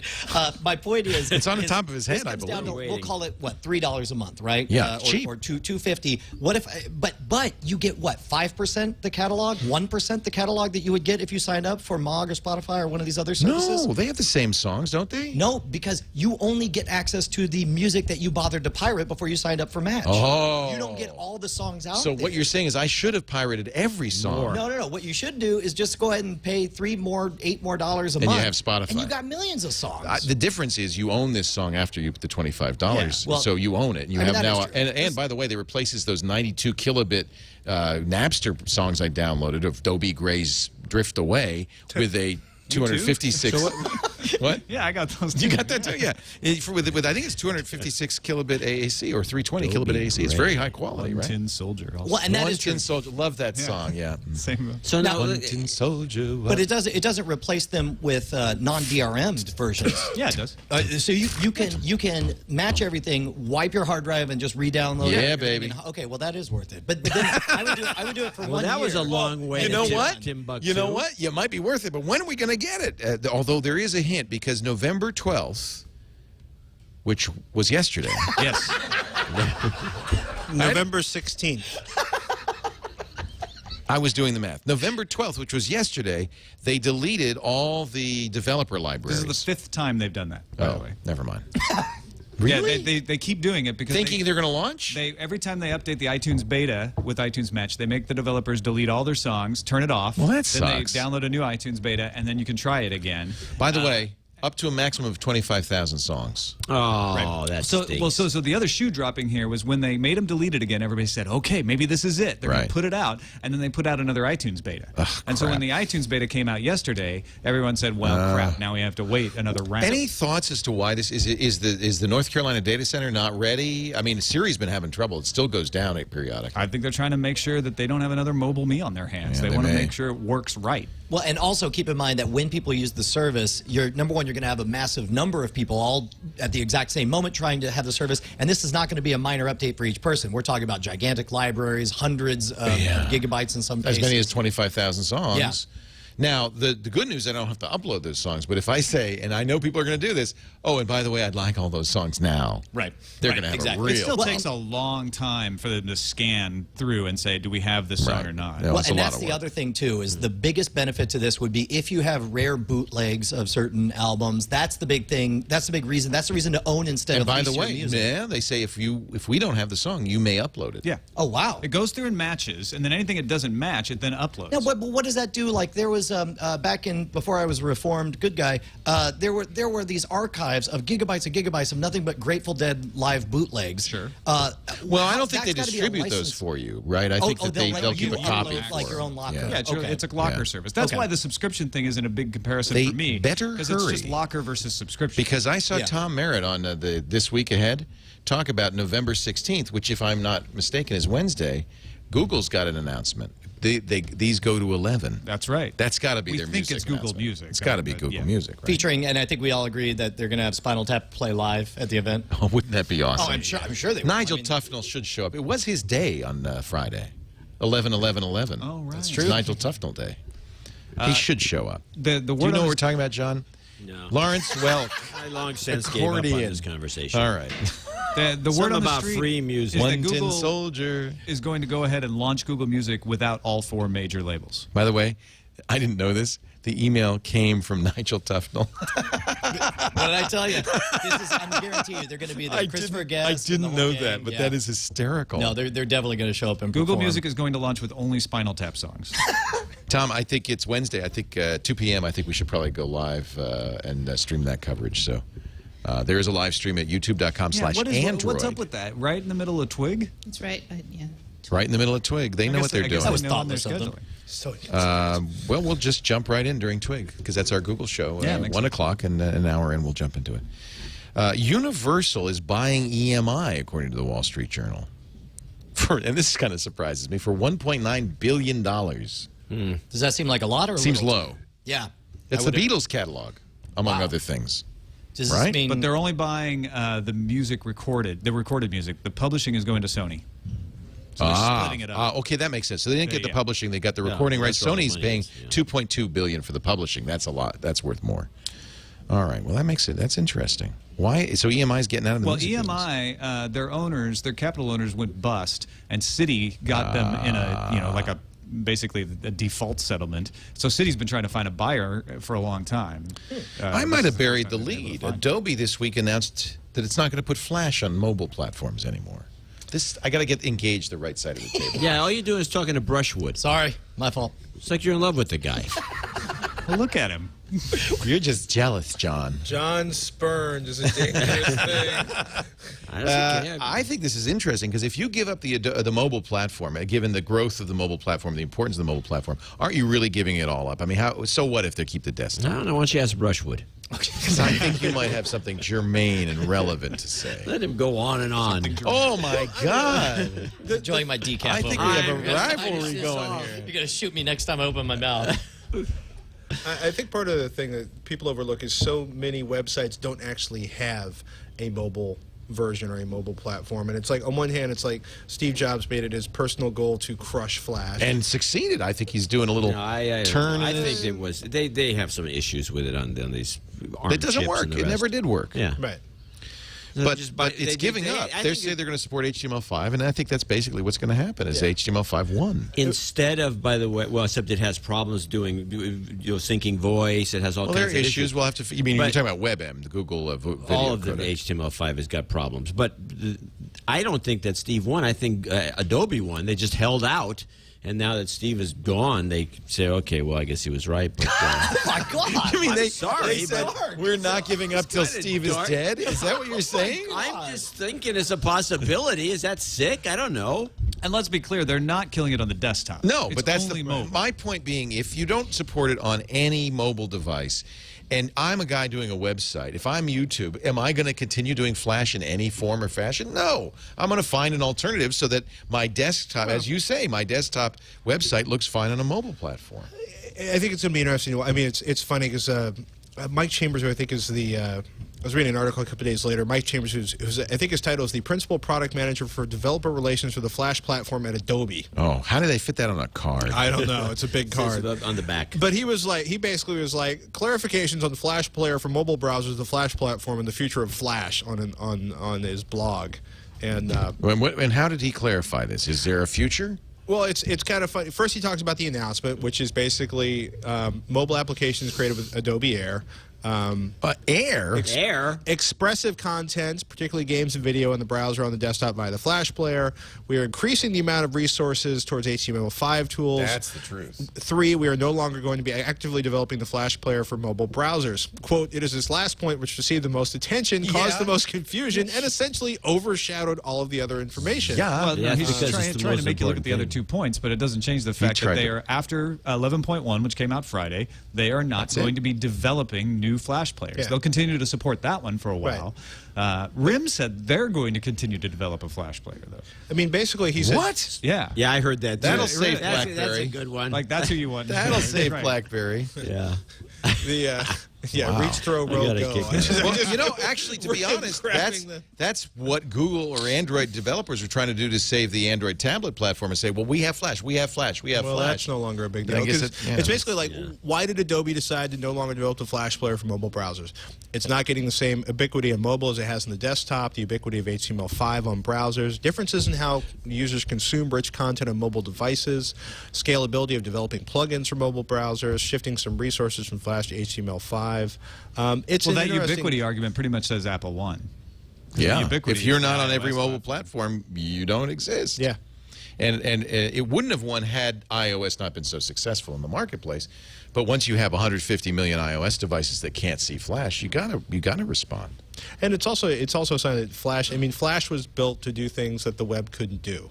And now the web can do, and basically HTML, you know, some HTML5 programs. The irony is HTML5, and our chat room is pointing this out, HTML5 says Web 590, really doesn't even exist. It's a nascent standard. Right. There's no solution for video right now. There is no HTML5. So Adobe's abdicating, but there's no Air to abdicate to. Well, there's Adobe Air. Yeah. Yo! Golly. Is it time to end the show yet? No. No. Not even close. Enjoying it that Still much. got to talk about Steam getting hacked. Modern Warfare 3, 6.5. Steam got hacked. Okay, Skyrim. Awesome. Okay, Modern Warfare 3 or Skyrim? Oh, I mean, as far as my heart goes, you talk about the Michael Bay movie made into a video game, or are you talking about the most richly detailed fantasy epic of my lifetime? I'm with you on that exactly. It is the most beautiful version far. of World of Warcraft I've ever played. It's very similar. But isn't it weird to release in this day and age a non-online game? Yeah, it is. And it's delightful because it's this whole world contained in your laptop. And you don't have to worry about teenagers teabagging you. That's true. Which has always been a problem for me. Well, not in the game. I'm sorry. I didn't mean to wake you up. I'm sorry. No, I will say that Skyrim is... How do you like Tetris these days? Are you playing that or Bedazzled? It's funny you say that because the way you're going on and on about this, it's cool about the online game not being online, but on a CD or whatever. It's what you're going to be saying. You're going to be quoted as saying, probably within the next 5 years, I think it's cool that someone will bring out a new magazine. It's in print. It's so handy. Never happened. Yeah. I'm telling you, physical media is dead. You said Mark the same my thing words. about games. Look, I'm looking on the up band. Mark this time, whatever it is. Is that thing still running? No. Click on it. It's 420. Is it really? It's 420. And mark my words, 420 on, what is the date? November 13th? You're referring to marijuana is what you're doing, right? Thank you, John. Thanks, Thanks, Dad. Wait, for pointing that out. Are you kids talking about marijuana? I'm trying to keep up. I can't read through your subtlety. Thank goodness I got a big PC to hide behind. Okay. You just hit the guy Not from the Israel. audience. Don't kill our audience. We really don't have enough to go around. He's used to shots being taken. Did you read this article in the New York Times by Claire Kane Miller about Google, about Larry Page, Google's chief executive, and the bloated ship that is Google? No, I didn't. Yeah. The bloated ship that is Google? That's what the title is. Google's chief works to trim a bloated ship. Larry Page so hates wasting time at meetings, he once dumped his secretary to avoid being scheduled for them. This does not bode well. I think this is Larry Page trying to be the next Steve Jobs. That's what the article's point is. Yeah, exactly. He does not much like email either, even his own Gmail saying the tedious back and forth. It just takes too long to solve problems. He also I think decreed these stories that are bogus. hour-long meetings at Google should be 50 minutes to allow time for bathroom breaks in between. You know what I think? You should have to do all meetings standing up. This is like the Woody Allen movie Bananas, where the guy takes over, and next thing you know, you're supposed to wear your underwear on the outside so it can be inspected. Well, here's what I think is right about this kind of... You remember that character? Yes. Yeah.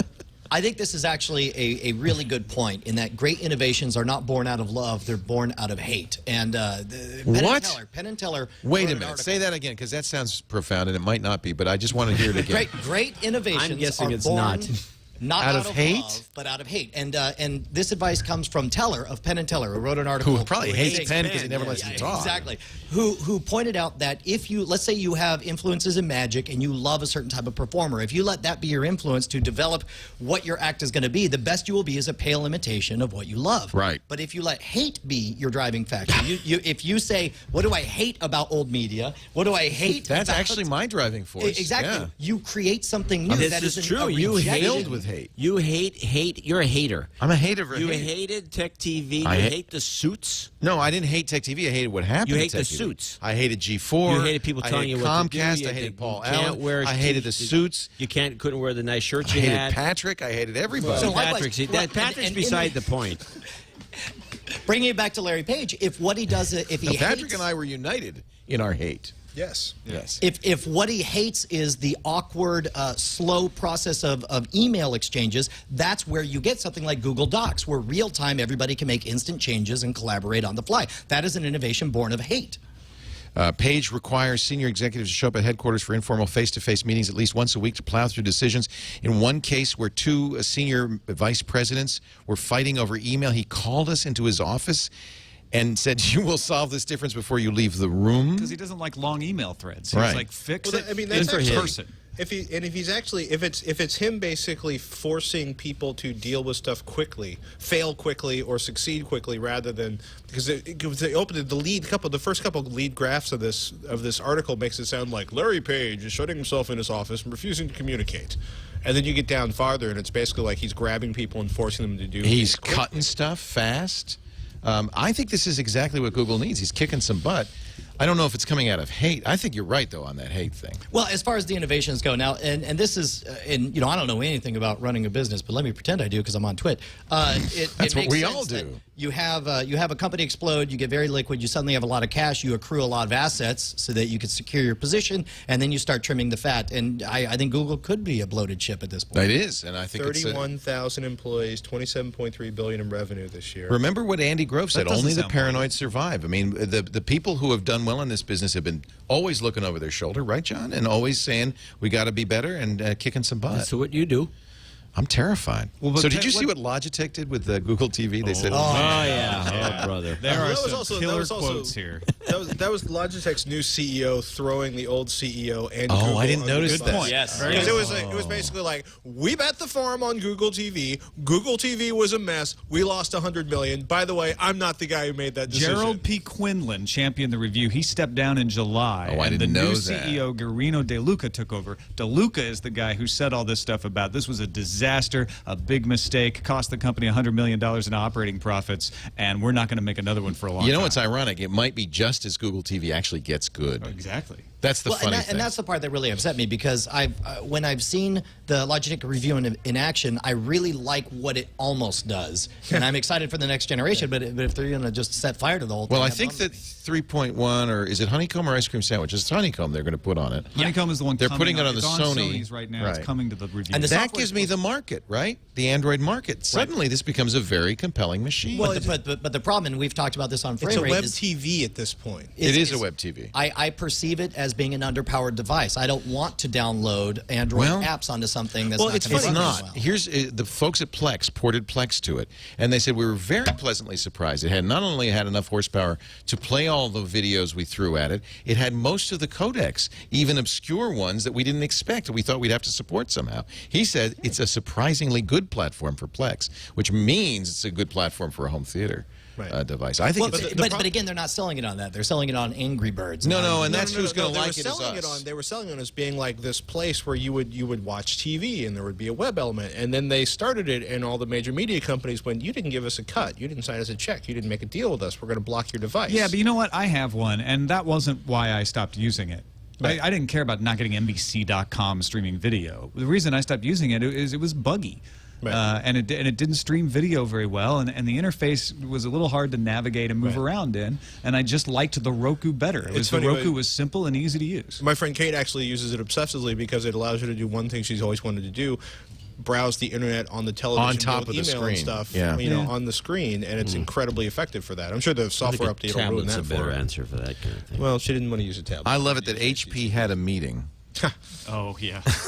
Who had a meeting? I love that's all you needed to say. HP had an all-hands meeting to tell the people who work in the Web OS division they're not really sure what they're going to do.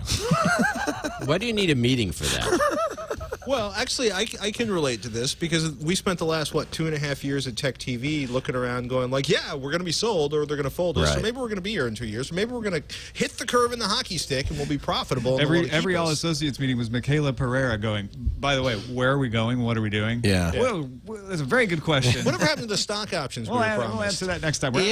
Meg Whitman says, if HP decides to keep WebOS, we're going to do it in a significant way over a multi-year period. But then again, maybe not. So that's not a reason for a meeting.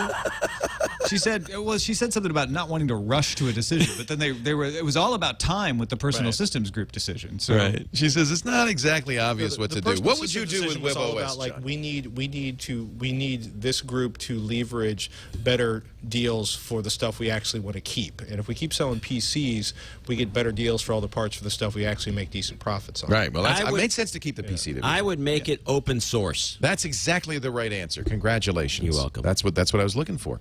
Give it away. If you're not going to do anything well, I with think it, they should do it in the way that Netscape did with the Mozilla deal. They didn't quite give the whole thing away.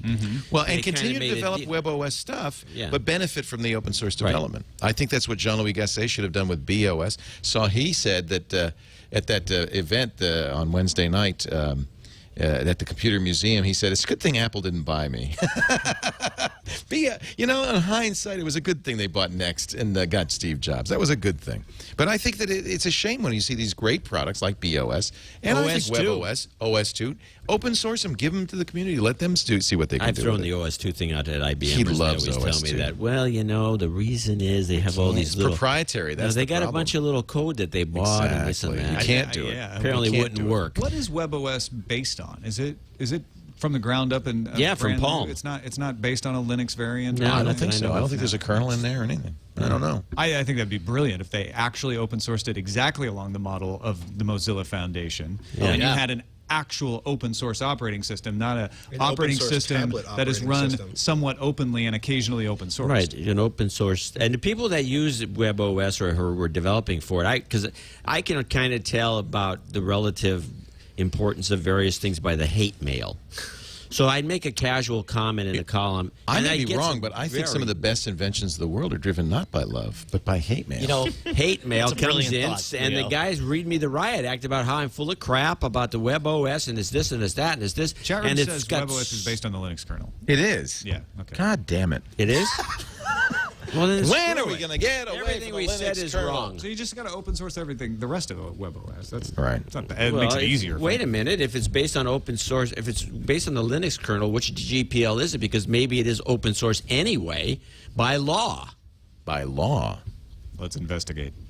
This needs investigation. Well, that killed the conversation. Shall we take another break? Yeah, let's take a break. Who's our last commercial? Well, it's time to thank our lovely sponsors, Squarespace. I love Squarespace.com/ Whoa! Oh, nice John, shot. don't shoot Eileen. I think he was aiming for Scoble. I hope he got Scoble. I was. No, I think he got Eileen. Eileen, ladies and gentlemen, Eileen Rivera, our producer and the host of All About Android. Ooh, huzzah. Which, by the way, if you're wondering about Google TV, we have a great review on our last episode, episode 33. Did Ron do that? Who did that? Ron did the review. He got it on his Sony Blu-ray player, and he did a walkthrough for us, and it looks pretty good. I'm a fan. I'm excited about it, and I actually reconnected my Logitech review, which I had disconnected, because I'm waiting for this 3.1, and I think it could be huge. But that's neither here nor there. Let's talk about Squarespace.com, the secret behind exceptional websites. Now, everybody asks me, what's the best web host? They're always looking for good web hosts. I say it's very difficult to sort the wheat from the chaff. The best thing to do is go to somebody that's going to have reliable service, lots of uptime, and give you the software you need to run on top of it. I should just say Squarespace, because really that's it. Squarespace is hosting, the best hosting out there. You cannot bring a Squarespace site down. We try and we try. We are able to bring sites down. Never can we do it with Squarespace. But in addition, you get this incredible software. Lots of web hosting companies have Site Builder, and they just look awful. Every site looks the same. They're broken. Not Squarespace. The templates alone, beautiful designer templates, hundreds of them. You also get, if you're a blogger, seamless blog importing, which allows you, where'd it go? It went away here. Let me go back to my Squarespace. Which allows you to take your existing WordPress template, or rather content, blogger content, typepad content, and just import it in and export it right back out as soon as you... Did we bring Squarespace down? Just now? No. Okay. Scared me for a minute there. I've been doing this commercial. I've been trying to bring it down for like 3 weeks, and I'm just waiting for Anthony and Dane to say, "Would you stop that?" Every time TWiT's on, we know we get this spike in traffic. No, you really can't. WordPress TypePad, Blogger, and movable type import, which makes it very easy to get your existing site over to Squarespace. And here's the deal. You can do this for free for 2 weeks, all the features. So it's a great way to try Squarespace, see how you like it, design a site around it. 2 weeks, you don't need a credit card or anything. Just go to the Squarespace site and click the Try It Free button. And then if you decide to buy very affordable sites as low as $12 a month, that's hosting plus the best software in the world. And I can even make that better, because if you use the offer code TWiT11 when you check out, you'll get 20% off for the first 6 months. So it really is a very good deal. Squarespace.com. Check it out. Fantastic stuff. I'm a huge fan. I've had a few examples of people emailing me saying that they have used Squarespace in a business place to make a website for the business, walk up and sell them, like, here, I created a website for you. Because you could do that with the free 2-week trial. And you just hand it over. And you just give them the keys, in effect. Yeah, Alex Lindsay did that. He was at a restaurant they really liked, and he said, what's your website? And they said, we don't have a website. He said, you do now. Let me just quickly set this up. He gave it to him. That's a great idea. Did he get free food? I don't know, but you know what, folks? This is a good thing you can do for your friends and people you know, the businesses you love. If they don't have a site, set it up, use the Try It Free button, then just hand them the password and say, it's yours. You know, use it if you want. And give them the offer code, too. Yeah, and actually, that's a good idea. Give them the TWiT11 offer code, yeah. TWiT11. Thank you, Squarespace. We are, you know, I hope that at some point we're going to be able to use a Squarespace facility in New York, because we want to do a TWiT in New York thing, and that would be really fun to do. What, you're going to open up a TWiT office, you think? No, maybe? no. I to get a, like I know a place? you wanted a place to live, but this was just a road trip, but maybe someday. Poor John. You can come on the road trip. John, you really, if we had a studio in New York and we had a cot for you, like in a corner. I'd hope it'd be more than a cot. Although I've been to some hotels in New York, and that's kind of what you get. Hey, if I guaranteed no bed bugs?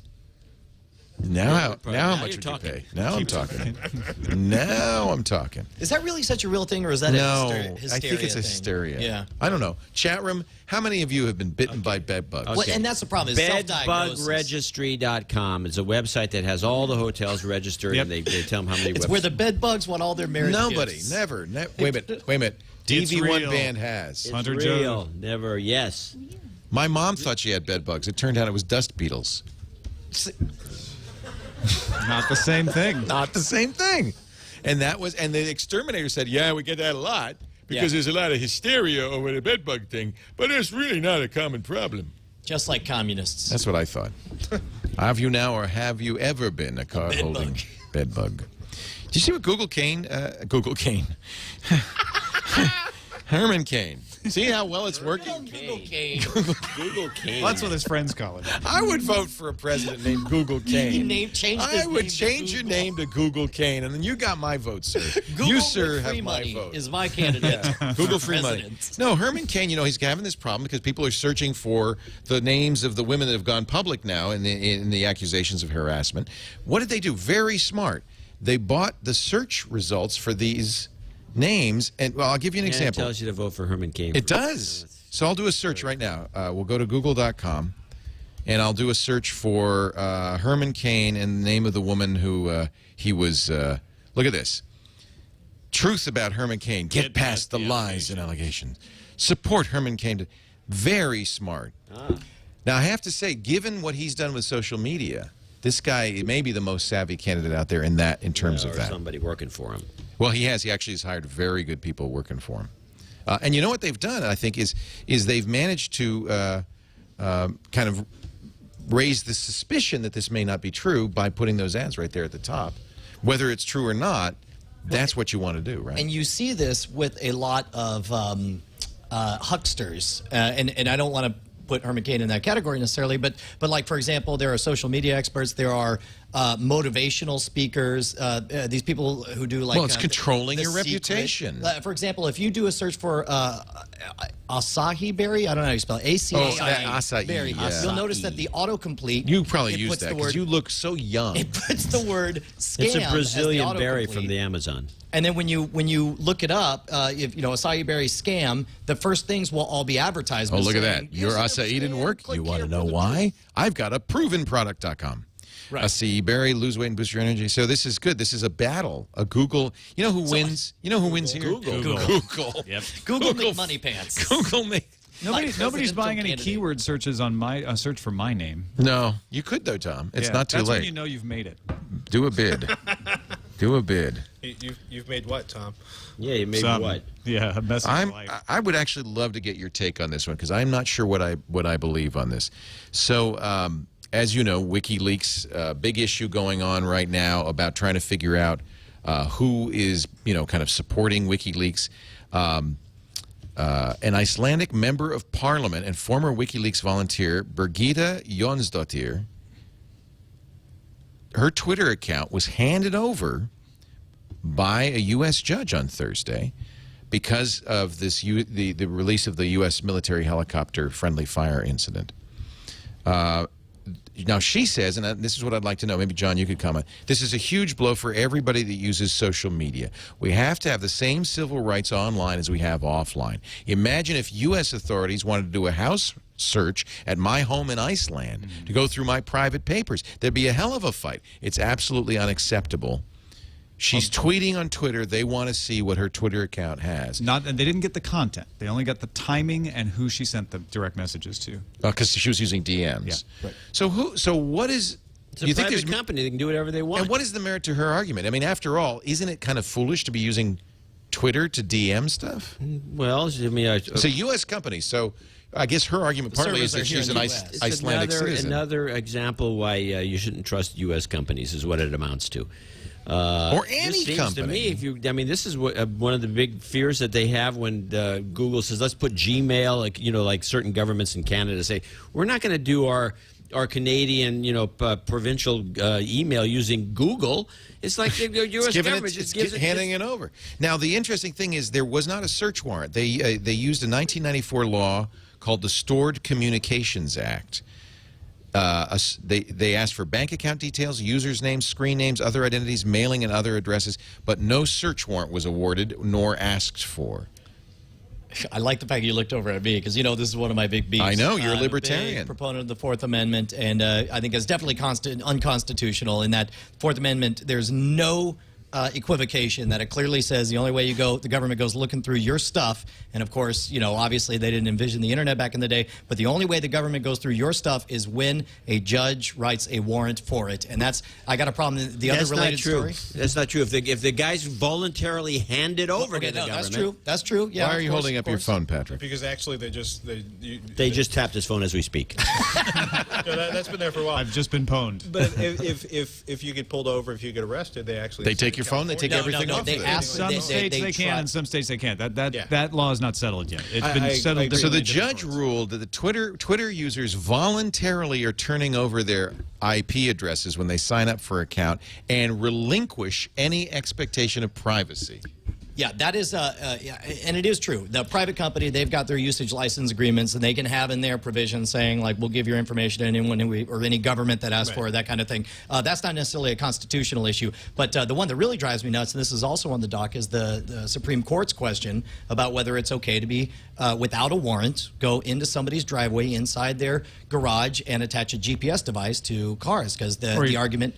Of course, being you like to go in their garage. Well, I mean, unfortunately, they actually apparently have been going into driveways and garages on private property to do it. That's in the discussion in the article that's in the doc. It mentions specifically inside garages, but they're saying that the expectation of privacy that you have inside your house is not the same as the expectation of privacy in the driveway. Right. The idea being, attaching a GPS is pretty much the same as assigning an officer to follow you around everywhere you go. So we're just going to walk up and attach this to your car, and we don't need a warrant. It's no different than following you. Yeah, well, and first of all, it just helps us. It is. I mean, because by that logic, why not go ahead and throw one in every person? Now, the Supreme Court is hearing this right now, so we don't know what the court's going to do. Right. Because different courts have ruled differently on that one as well. Some say, you got no expectation of privacy when you're driving around. They can stick something on your car if they want. Others have said, no, attaching something to your car, that's your private property. They can't do that without a warrant. You know what galls me about this is that if you spot the thing and take it and just keep it, the device. Do they send you a bill? They come over and they demand it back and they take you to court. Yeah, absolutely. Oh, my God.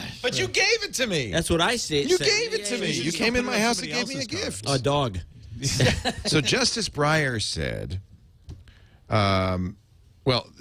this is the GPS one. He's in the GPS case. If you win this case, there's nothing to prevent the police or by the way, you cannot decide how a case is going to go from the questioning I've learned. No, of course. It's fascinating to listen to these back and forths that go on in the Supreme Court.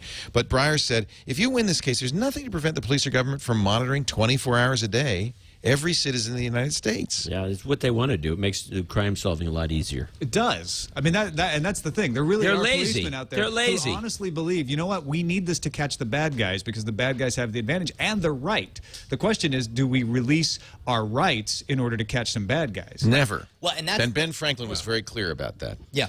Trade a little bit of liberty for security, you'll receive neither. Yeah.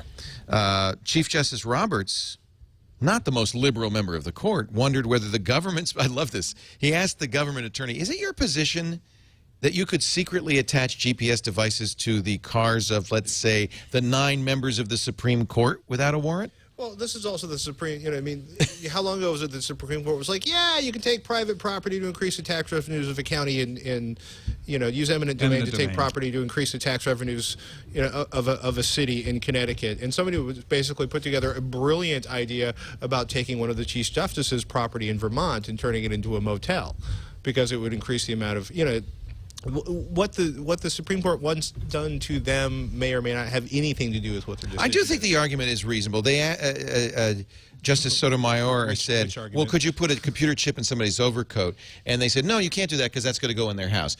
They say that a car parked in the on the street, hey, buddy, slap. Yeah, but then they might go in their house. So what they're saying is, no, we're just... They're saying a car parking garage does not have a reasonable expectation of privacy, that we're only going to follow you where your car goes, which is essentially public thoroughfares. And that's why I said they're not breaking into your garage. They're not going into your house. They're saying, but I could still it's track a bad what's in there. trend. Well, obviously, we don't. Besides, that's going to be taken care of with the drones eventually. They'll be all over the place. You'll be one like hanging out here. Wait a minute. Are you crackpot or buzzkill? I'm sure. I'm sorry. I'm just saying. Okay. Black helicopters? No, just little drones. Drones, the little ones. You don't even need the big ones. You can have the ones that give the camera. It could be right there. 60,000 feet. And by the way, tracking your every movement. You know, just throw a net over them, quickly grab the GPS device, rip that out, take the antenna off, and then you have a nice little machine. There's parallels between this and the Twitter case, right? Because it's all about expectation of privacy. Expectation of privacy. In the Twitter case, the expectation of privacy is like it's a direct message. I have to log in to see it, right? And the court said, no, you gave your IP address to Twitter. And what they're asking for is that IP address and what they connected with it. And when you gave that IP address to Twitter, you made it public because you gave it to a third party. It's probably in so the you EULA. no longer have expectation of privacy anymore because somebody else saw it. Yeah. So you should know that since Twitter has it, other people might get it as well. And the same thing here. Your car's in your garage. I could have sat across the street and seen you drive your car into the garage. So you should have no expectation of privacy there because people from the outside can see your cars in the garage. I have to say, I don't disagree with their argument, but it does worry me that it's a slippery slope. It's a total slippery slope. But the drones will be the same thing. I mean, doesn't matter. Drones all over the place. They have no expectation of privacy because we can fly a drone. Don't think? Hey, I'm still they pissed already about. Have them over the I'm border still in pissed Texas. about the Patriot Act. Okay, it's all a mess. part of the Patriot. Will Dish Network become your next ISP? Dish Network wants to deploy its hybrid satellite network using LTE, bringing broadband to every American within view of the Dish satellite.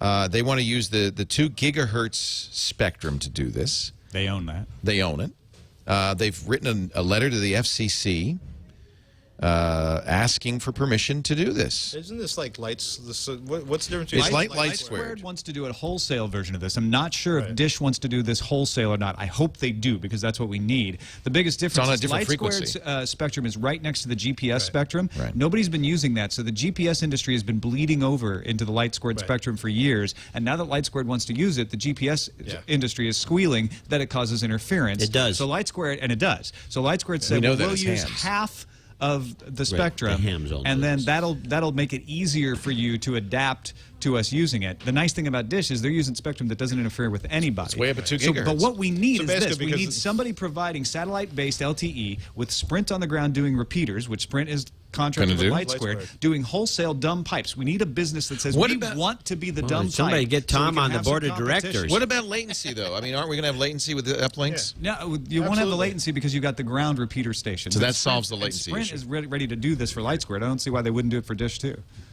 What it does is it increases coverage. I love this. It seems that he's been on this topic. He's been fun. See, this is why. Because this is the solution to net neutrality. We get a couple of people providing a wholesale dumb pipe, and you can have 100 million ISPs out there, and you get to pick an ISP instead of having to have the FCC. So their plan is, guidelines. when you say dumb pipe, their plan is to let many companies use it. They're just going to do infrastructure. They're saying we're just going to charge by the bit rate. You can do whatever you want on it. This is fantastic. So let's make this happen. Because Light Square is getting kicked in the teeth by the FCC, and it, like Save Our GPS has been beating on Light Squared with a stick. So this solves the problem. No, it means there's going to be solving the problem is having two organizations competing for my business. Right. Having one organization that can blanket, Well, but I think Tom's point is if they sell it as wholesale bit. Right. Then you'll have multiple internet service providers floating on top of it, which will give us competition. Ideally, you'd have multiple wholesalers, absolutely. Yeah. But one wholesaler is better than no wholesalers, which is what we got now. And you can see the hands of the carriers feeding that Save GPS movement because they want to beat Light Squared into a pole. You bet. Absolutely. That's a good story. We'll follow that. And that's one of the reasons that I think it's great to watch TNT Monday through Friday, because Tom really keeps up on these stories, unlike me. And he has he understands these subjects, unlike me, and brings some real gravitas and depth to the enterprise, unlike me. So TNT, 2:30 he's going to replace me soon. 2:30 to 3:30. He doesn't have the voice. No, in fact, all I have is the voice. Yeah, but the voice is... well, the voice goes a long way. It's slightly hypnotic. And it is hypnotic. 1% of the voice is 99% of the job. My boyish good looks. Let's well, the not voice, forget. anyway. And the fact that I have a GPS in your garage. That could be. Well, so what? Ladies and gentlemen, I want to thank this fabulous panel, starting with John C. Dvorak. We didn't expect him. We didn't want him, but he came anyway. That's pretty much it. No. We love John C. And he's the greatest. We love John, and it's so good to have you. ChannelDvorak.com. And don't forget, in the morning, it's noagendashow.com. I think that's awesome. I wish I could credit whoever made those deck of cards. We'll give him credit on the No Agenda Show. At noagendashow.com. Yeah, I just appeared in my mailbox one day. And maybe they sent it to me thinking I would give it to you. I often get mail because they saying, "Would you give this to John?" Like I see you all the time or something. Well, you do. You see me once in a while. Usually unexpected. And Eileen would store the mail. And she'll store it for you. Store and forward. Store and forward Rivera, we call her. John is the best. Great to have you. We didn't get you a bottle of wine, but we'll pick one out and you can have it on the way out. Okay. All right. Also, Patrick Norton, love having you. Take as much black coffee as you want. It's all yours. Patrick, of course, the host of Techzilla, with the beautiful Veronica Belmont, who is getting ready. Coming here. Look at that. Look at that. So you realize, real quick, Veronica, can you come on screen for just a second? Because I realized look at this great T-shirt she's wearing. First of all, I love this T-shirt. We were shooting Scam School, and Patrick made it out, and I realized that now that you guys have been co-hosts for years, and now we're co-hosts, we're now co-hosts-in-law. Me and co-hosts-in-law. That's much better than the other thing you said that I was like, what? Notice where she's standing, though. I just want to point out. Well, I haven't worked on my relationship. No, that's you have to slowly warm up. Getting to know each other. It's very Patrick and Veronica. They host Techzilla. It is a great show. Techzilla.com. TEKZILLA. You must brought watch John wine. Must watch it. Yeah. Somebody. Tom Merritt. I already gave you a plug. But wait, you know what? Tom does a great show with Veronica called Shwood and Laser Pointer, and I just love that. Wait, we're all Shwood and co-hosts Laser Pointer. Shwood and Laser Pointer. I didn't even think about this. And it's just How many shows does this woman do?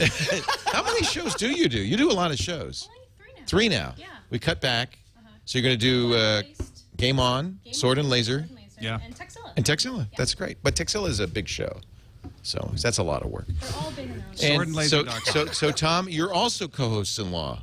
With Well, and Run. Exactly what I said. This is creepy. Get in your car and get out of town as fast as you can. No, they don't do Top 5 at Revision 3 anymore. No, that has been put on hiatus. That's a shame because I like that show. But you are doing something great, which is this news and this news and tech. This news and tech day. Tech History Today. The Tech History Today. Yeah. Thank you. You know that's on TWiT. What? Really? When did we start that? No, we love that show, and you can watch it on YouTube, but you can also subscribe if you want to get it every day. twit.tv/THT. Lynn Fu is the editor. Does a great job illustrating it. So watch the video version. I didn't know Lynn edited that. Yeah. Well done. And she has got a sense for putting the right stuff up there to go along with it. She is a what we call a utility player because she also planned this barbecue. I know. And didn't she do a great job putting this together? Thank you, everybody, for coming to the barbecue. We really appreciate it. Brian Brushwood and Veronica Belmont are going to do our first run-through of Game On, our brand new show. We're going to do that in just a few minutes, so please stick around if you can. And I guess all that remains is for me to say that we do this show every Sunday, 3 p.m. Pacific, 6 p.m. Eastern Time. That would be 2300 UTC at TWiT.tv. Please tune in. You can watch us live and be in the chat room, and we talk back to you. Or if you miss it, you get a copy of it at TWiT.tv. We offer all our shows in audio and high-quality video.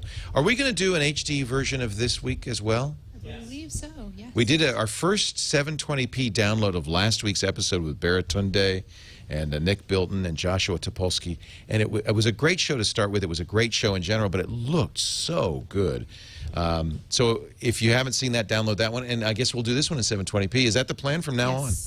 Wow. Yeah, wow is right, because I got to tell you, the size is 1.6 gigabytes, and I'm a little nervous about the bandwidth. That's why we want to talk to the folks at BitTorrent. I think at some point we'll set up a BitTorrent tracker and server and do this on BitTorrent as well. That way we don't have to worry about the file size. Thank you all for being here. We really appreciate it. Don't forget, we are going to take the week after Christmas off, and we invite you to pick the best moments from the year's Twits or any of our shows by going to twit.tv/bestof. You don't have to know the time code or just, just say that moment where... Yeah. It will help if the more you give us, the better. If you want to see it in the show, find the time code. Lin Fu can only do so much, my friends. Twit.tv/bestof. Thanks for joining us. We'll see you next week. Another Twit is in the can. Thank you, everybody. Huzzah! Wonderful show.